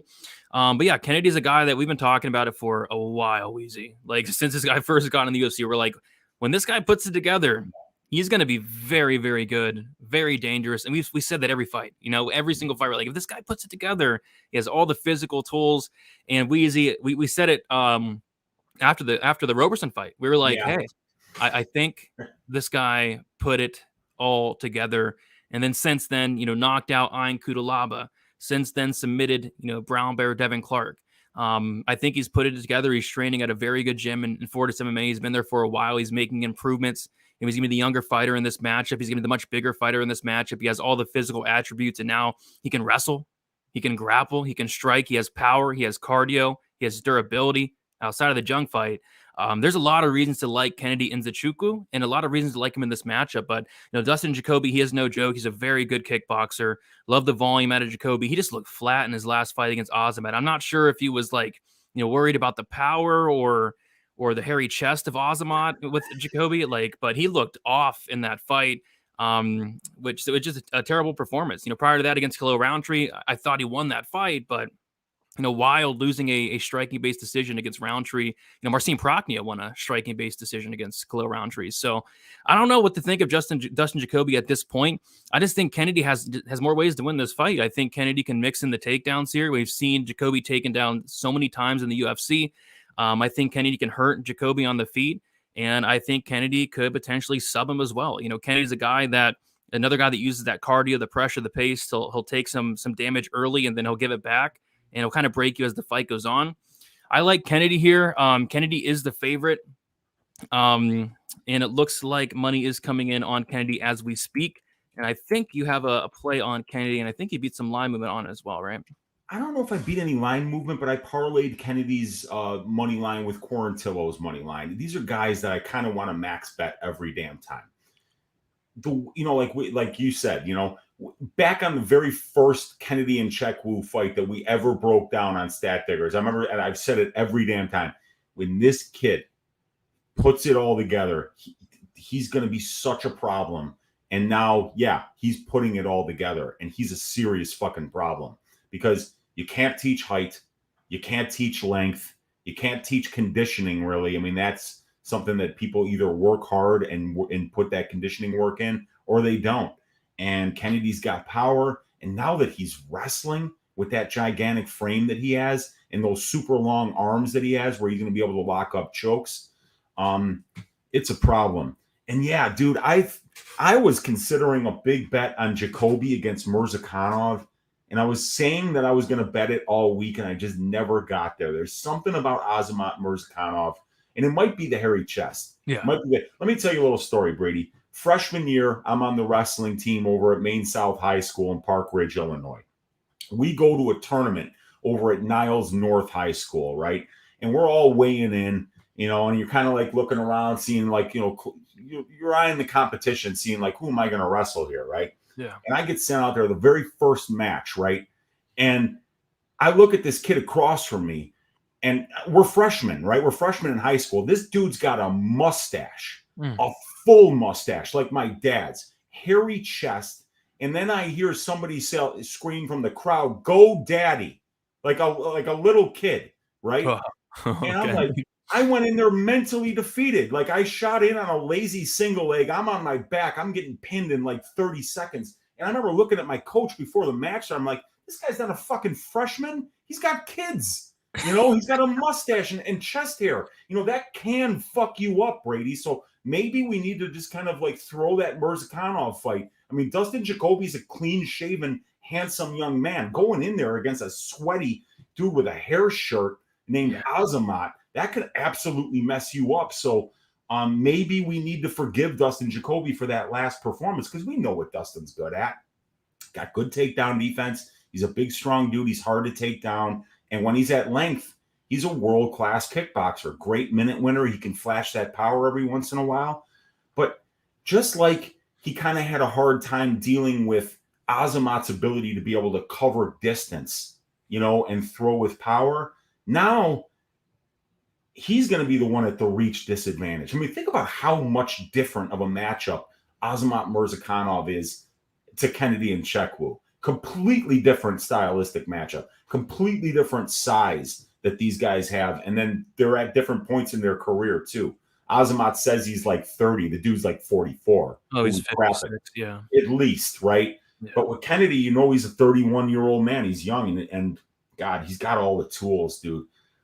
I mean, if Dustin wins this fight, it's going to be a massive feather in his cap because he's going to have a really good game plan. And he comes from a great camp. He's working with Mark Montoya over at Factory X. They got a bunch of killers there, a bunch of good kickboxers. He's going to be ready for this fight. But like I say, Kennedy's just got all this shit that you can't teach. And now it looks like Saif Saeed has got this kid to where he's dangerous everywhere. So, I'm trying. Man, I might get to the window some more with Kennedy here. It's one of those guys where if you put a big bet on Kennedy and Kennedy shows up, you're going to look like a fucking genius. Yeah. Because when this guy wins and he wins running away, he makes it look so easy. And I just think he's going to be making it look easy for a long time here. Dustin Jacoby's got a really, really rough, tough fight here. He's going to have to keep it standing. He's going to have to find ways to win minutes at range against this guy. And it's going to be really tough. And he's got to also worry about all the eye pokes. Kennedy will poke you in the eye with those long-ass fingers that he's got. So, man, this is a great one. It's a great spot for Kennedy. I think he's just going to keep getting better. And I'm not betting against this kid until I see somebody kind of exploit a weakness, which it's going to be hard to find one. Yeah, it's very hard to find. I don't think at this point he has a weakness. The takedown defense has really always been phenomenal. The striking is coming along as well. Yeah, I think there's a lot of reasons. Like Kennedy, he's sitting around minus 150 as we speak. I don't have any action on this fight as of yet, but I'm with you on the Kennedy side. We'll see if I get there throughout the week. All right, Weezy, it is time. As you guys know, if you guys have been watching the show for a long time, I'm a really big fan of Jéssica Andrade. Very, very big fan. But you know, I think it's crazy saying this. Like, she's only 31 years old. Like, that's wild. But, you know, she's looked awful. It looks like she's kind of packing it in, you know, her last two fights. I don't know what to think of Jéssica Andrade at this point. She's been in the UFC for a very long time. She has so many fights on her record at this point, 35 fights. She has 24 UFC fights. I don't know if it's the fact that, you know, she has an OnlyFans now and she's making money on OnlyFans, which, by the way, which one of you sick people are signing up on Jéssica Andrade's OnlyFans? I went on Twitter one day and people were like leaking the pictures, and I still have nightmares to this day. I mean, I'm a big fan of Jéssica Andrade, don't get me wrong, but I don't want to see that. I mean, that was terrifying, you know, and still to this day, every time I close my eyes, I see it. I mean, it's looking right at me. So I don't know if, you know, it's the OnlyFans or what's going on with Andrade, but she has just looked off. I mean, the Blanchfield performance, I know she took that fight on short notice, but she got taken down in the second. She gave up position right away and got subbed like that. I know it's Blanchfield, but my goodness, you know, she looked awful. And then against Yan Xiaonan, she gets starched in like 60 seconds. So now she's taken on Tatiana Suarez, who is a fighter that people were very, very high on. A lot of people thought she would be a future champ, and I still think she very well could be.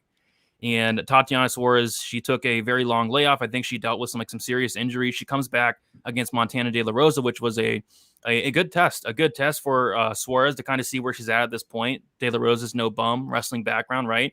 And she goes out there and just makes it look easy, submits Montana De La Rosa in that fight.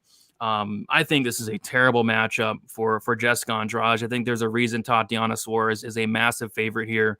I think she takes down Andrade in the first round, and I think Andrade probably quits. I'm not sure Andrade wants to be here. And like I said, it's crazy to say that. It's crazy to say she's only 31, but it looks like she doesn't want to be here. It looks like she's showing up for the money at this point. Weezy, am I wrong, or you kind of seeing what I'm seeing? Was Andrade a replacement here as well? She might have been. I can look right now. Check Tapology, because, like, you know, the short notice Blanchfield fight. Oh yeah, she was, man, against she was supposed to fight Jandiroba, which the fact that Andrade is coming in on short notice, it just proves my point. I think she's showing up for a check, man. Yeah. Like you don't take a Tatiana Suarez fight ever, but on short notice especially. Dude, if your manager is looking out for you, you know, they're telling you, hey, look, you don't take an Aaron Blanchfield fight on short notice. You know, you've had problems with grapplers. Valentina Shevchenko is a kickboxer. She threw Jéssica Andrade around like a rag doll. Okay? So you don't take a fight against Blanchfield. And then now you're taking against even a more feared grappler in Tatiana Suarez. Tatiana's coming for that belt, ladies and gentlemen. She has been for years. The only thing that's going to stop her are injuries. Until she gets injured again, Tatiana is going to beat everybody that they put in front of her. I don't care if it's at 115 or 125. Her wrestling is phenomenal. And when you have that base, it makes it almost impossible to win minutes against somebody like that. They can just hang on you for the full 15 minutes, and they'll be able to keep that pace longer than you'll be able to stop it. So, I think I'm right there with you, Brady. This looks like somebody's taking a check. It looks like somebody's near the end of their career. that they know it, but they're still getting paid a lot just to show up. And until Jéssica gets put in a place where they tell her, Jess, you got to win this next fight. We might not see that little bounce back like we saw from Derek Lewis last week, where Derek Lewis, I was told from people that give me information every once in a while, there's one dude that gives me information that's always right. It's always right. And he told me if Derek Lewis loses this fight against De Lima, they're cutting him because they don't feel like paying him just to show up all that money, right? So Lewis had to go out there and win that fight. And until Andrade gets that little memo, hey, you need to win this next fight, otherwise we're going to cut you. I think maybe that's when we'll see her take the right fight and show up and be the Jéssica Andrade that we expect her to be. But even if Jéssica shows up 100% here, Tatiana's going to take her down and sub her, right? I mean, or am I missing something here? Because this girl, Suarez, is, I mean, her wrestling, she's got 24 takedowns and she's yielded 0. She's got 6 UFC fights, almost an hour in the cage, and 75% of that hour, she's controlling her opponents, winning over 97% of the control time positions, and she gets her takedowns at a 58.54% clip. Jéssica has struggled with grapplers. We saw it with Shevchenko, threw her around. We saw it with Erin Blanchfield. And then when you look at the other grapplers that she's fighting, they might not necessarily be great wrestlers. So they haven't been able to take advantage of what Jéssica's weakness is, and that's the takedown defense and submission defense. So, yeah, I mean, I like Tatiana Suarez here, but am I laying minus 400 on women's MMA? No. I'm not doing that. And I don't like the matchup for Jéssica. But, Jéssica can always surprise you. Yeah. Looks like money did come in on Jéssica. Suarez is now minus 360 and Andrade is plus 285. Yeah, I didn't even think about the fact that this is short notice for Andrade, which makes me hate this matchup for all that more. Because the Blanchfield fight, apparently she was like on vacation at the time. She showed up and just looked awful. And she's coming here short notice. Like I said, you don't take a short notice matchup against Suarez. The under is probably one of the most juiced under strawweight fights we've ever seen outside of like Liang Na. But it probably hits, and it probably hits in the first round. So I don't know. I'll be taking a look at the props. Suarez inside the distance might be something I take a look at if it's plus money, but I'm not sure it will be. But yeah, I think Suarez goes out there and finishes Andrade, and I think it's early as well. Yeah, she's phenomenal. I mean, I can't wait to see what's next for Tatiana, and I'm looking forward to seeing her fight on Saturday. This young lady's special. If she could just stay healthy, she'll have that belt around her waist in less than a year. Yeah. Brady looks like ready to give it up. I know I'm just very tired. I mean, we had not much sleep last night, and then that breaking on the Camur fight really took a lot out of me, but we're almost out of here. So yeah, we're working hard, you guys. These Aleksa Camur fights, they don't break themselves down. Yeah. We gotta put in that work here on Pub Sports Radio for you guys. But this one is going to be a lot less difficult to break down. This is a fun fight, this main event. Yep, this might wake me up a little bit. We have Cory Sandhagen taking on Rob Font. We have Cory Sandhagen, 31 years old, 5'11" with a 70-inch reach. Rob Font, 36 years old, 5'8" with a 71-inch reach. Sandhagen, 5 years younger, 3-inch height advantage, 1-inch reach disadvantage. Cory Sandhagen, 3-2 in his last 5 fights. Knockout win against Frankie Edgar. Decision loss against TJ Dillashaw, close fight. Decision loss against Petr Yan, close fight. Knockout win against Song Yadong. Then a decision win against Marlon Vera. As far as Rob Font, wait a second.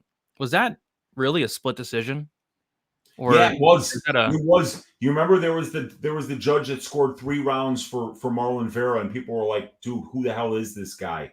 Because it actually was a split decision, and I think that Propaholic had Cory Sandhagen by split decision, and he cashed that bet. Wow. Yeah, that wasn't even close at all. No, it wasn't. No, it was a clean 5-round win for Cory Sandhagen. But wow, these judges. Right. Yeah, the judges have been kind of weird in all the Sandhagen fights. But Rob Font, he is 3-2 in his last 5 fights. Knockout win against Marlon Moraes, decision win against Cody Garbrandt, a decision loss against Aldo and Vera, and then a knockout win against Adrian Yanez. I believe it was a dog in that fight as well. I bet the Rob Font decision prop against Yanez. Oh, so did I. Like plus 400, thinking, Yanez is tough, and then Rob Font just starches him. Yeah, I mean, it's a really good fight here, a fun fight. I wanted to see the Umar fight. I wanted to see a nice step up for Umar and see how he fared. But this is a good fight. I think it's going to be a fight that does play out very excitingly. I think it's a fight that these guys are just going to stand and bang. I think Cory Sandhagen, the younger guy, the better striker at this point. Rob Font, 36 years old at bantamweight, taking this fight on short notice. I think it's a great spot for Sandhagen, but this line is, minus 300. What are you going to do with Sandhagen here? So he's a great fight. I'm not sure I'm going to get to it from a betting perspective, but how you feel about this one? Yeah, I just wish that, because obviously Sandhagen was supposed to fight Umar. So completely different stylistic matchup. So we got to kind of take that into account, Umar is a very talented striker in his own right, but a lot different than Rob Font, who's going to stay behind that jab and throw a ton of volume and touch. But we saw Font really sit down on his punches against Adrian Yanez, and I have been waiting for so long, Brady, for somebody to take this Adrian Yanez and just, make him look like how I thought he looked the entire time he was in the UFC. They were treating this kid with kid gloves. They didn't put him against anybody in there that ever put on a singlet in their life. And then I was like, fuck, did they give him another boxer? Are they going to ever put Yanez in the cage against somebody that can grapple? Well, no. But Rob Font said, I don't need to grapple to beat you. I'm just better than you. And he walked him down, and he absolutely starched him. So great performance. The losses prior to that, Aldo and Vera, total studs. And then he beat Garbrandt and Moraes before that.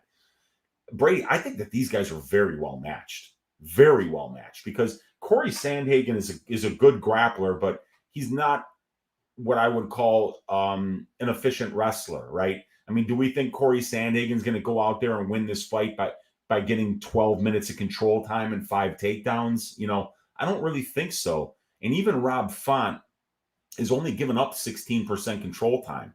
So even though he's only shows 55% takedown defense, and he's been taken down 18 times in 15 fights, he only gets controlled about 16% by his opponents. So he is a hard guy to take down and hold down.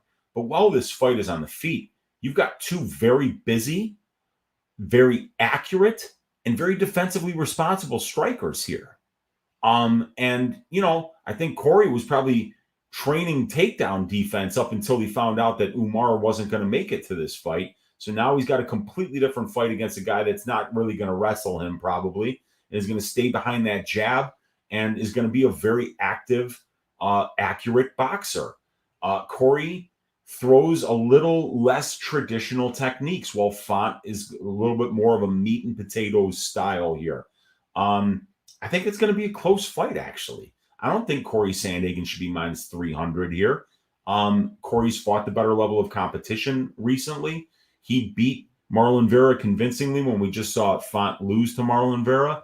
I thought he could have gotten the nod in that Jan fight. I thought he could have gotten the nod in the Dillashaw fight. I mean, this guy could be on a several fight winning streak right now if he just got a little bit luckier on the judges' scorecards. So, I think that this is a great main event. But stylistically, Brady, even though Sandhagen's been hotter, even though Sandhagen's 5 years younger, 3 inches taller, Font's more experienced, and where this fight is going to take place is where Font does his best work.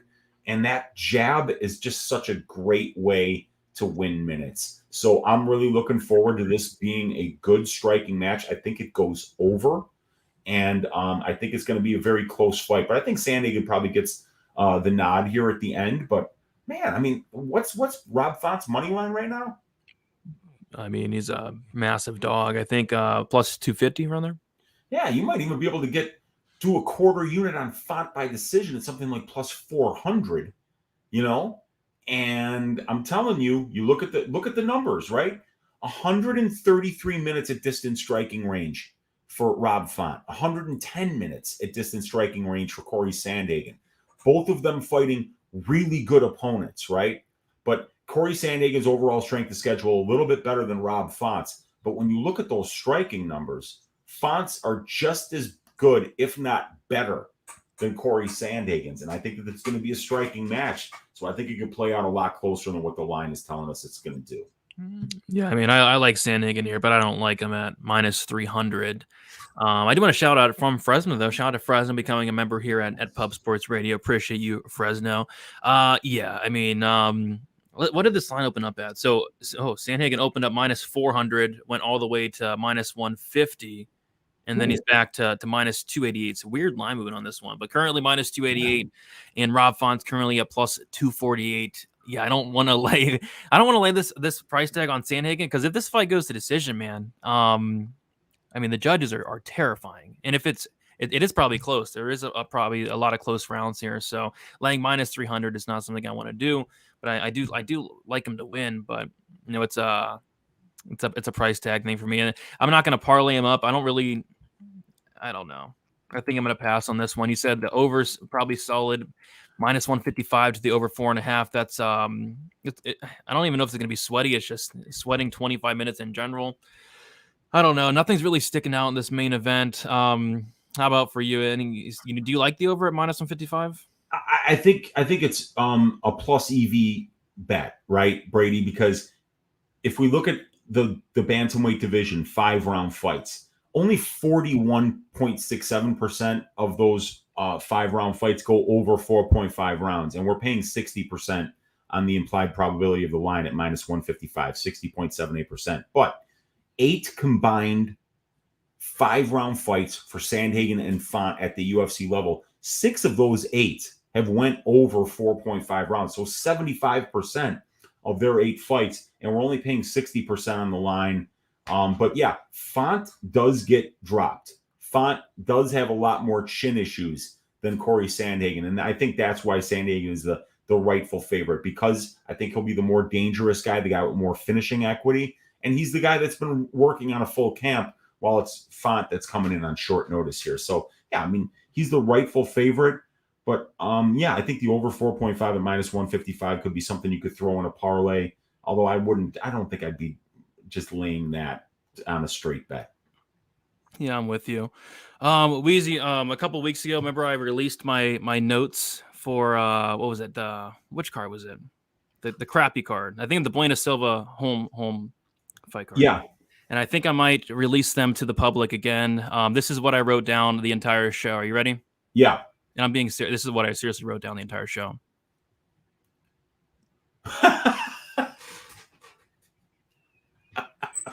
Can I get odds on that? Can I get odds on I love? Yeah, well, I mean, it's like minus 10,000. I don't know if you're going to get any money. We all know you love Na Liang. So, yeah, I mean, and that wig's coming, and we're going to see her in the squared circle against one JJ Aldrich. Mark your calendars, ladies and gentlemen. It's coming up. Yes, sir. Yes, sir. Those weren't. I actually did take notes, and I actually did write things down, but I had to get that in there as well. All right, Weezy, we did it. We broke down all 11 fights. It's a good card, really good card. Lots of really good fights. Really looking forward to it. Weezy, let the people know where they can find you and your plans for this week for some content. We are in the stretch of like a 17 event stretch with no break. I think we still have like 7 or 8 events left before we get that 1 week break. So we're working hard. It's definitely a grind. There are no days off, and I'm kind of exhausted, but we went here, we got it all done, and feels good to accomplish getting this all done tonight. Yeah, dude, think about it, Brady. 17 weeks is 1/3 of the year. Imagine just your boss telling you, hey, we're going to need you to work for the next 4 months every single day. That's what we're doing here, but we love doing it. We wouldn't do it if we didn't love our jobs, and breaking down UFC fights every week. I can't think of a much better job. Maybe insurance salesman, because that's super exciting. And insurance salesmen, they get a lot of ladies, all that stuff. But this is a good one too, right? So I'm figuring that we're going to have another good card here. I'm already 2 units on this card, but I'm looking for some more spots. I might still put a big bet on Kennedy and Nzechukwu, even though I'm a big Dustin Jacoby fan. And this is a great card from top to bottom, and it needs to be Brady, because I've done the research. I looked ahead to next week. The Luque dos Anjos card. It's Holmes Silva type of card from top to bottom. There might have even been better fights on Holmes Silva, because we at least got to see Nazim Sadikov, against Terrence McKinney. We got to see Chelsea Chandler as well. Chelsea Chandler running full speed away from Norma Dump Truck Dumont. That was a treat. So, I mean, yeah, hopefully this card is a lot better than the next one, and we none of these fights fall off. Yeah, absolutely. Yeah, good card. I'm going to enjoy it. If you guys could, on your way out, smash a like button. I did not check the likes, but if we didn't get 100, I'm not wearing the Liang Na wig. Yeah, man. Let's have a look-see. Did we get there? Yeah, we got it. We got it. Yes. Thank you guys. Yes, thank you guys. Thank you. Always good to get 100 likes on a stream. It's always a good goal to reach towards, dude. So we appreciate you guys for hanging out. We had a big crowd tonight for a very solid card. Yeah, I'm going to get my full card breakdown video out maybe Monday or Tuesday at the very, very latest. Contender Series coming up. We have a card coming up, not this week, but the next week. I'll be doing Dana White's Contender Series content, which is only going to kill me more, but going to do it anyway. And yeah, guys, best of luck for UFC Nashville. Should be a very solid card. We'll talk to y'all very, very soon. See you guys later.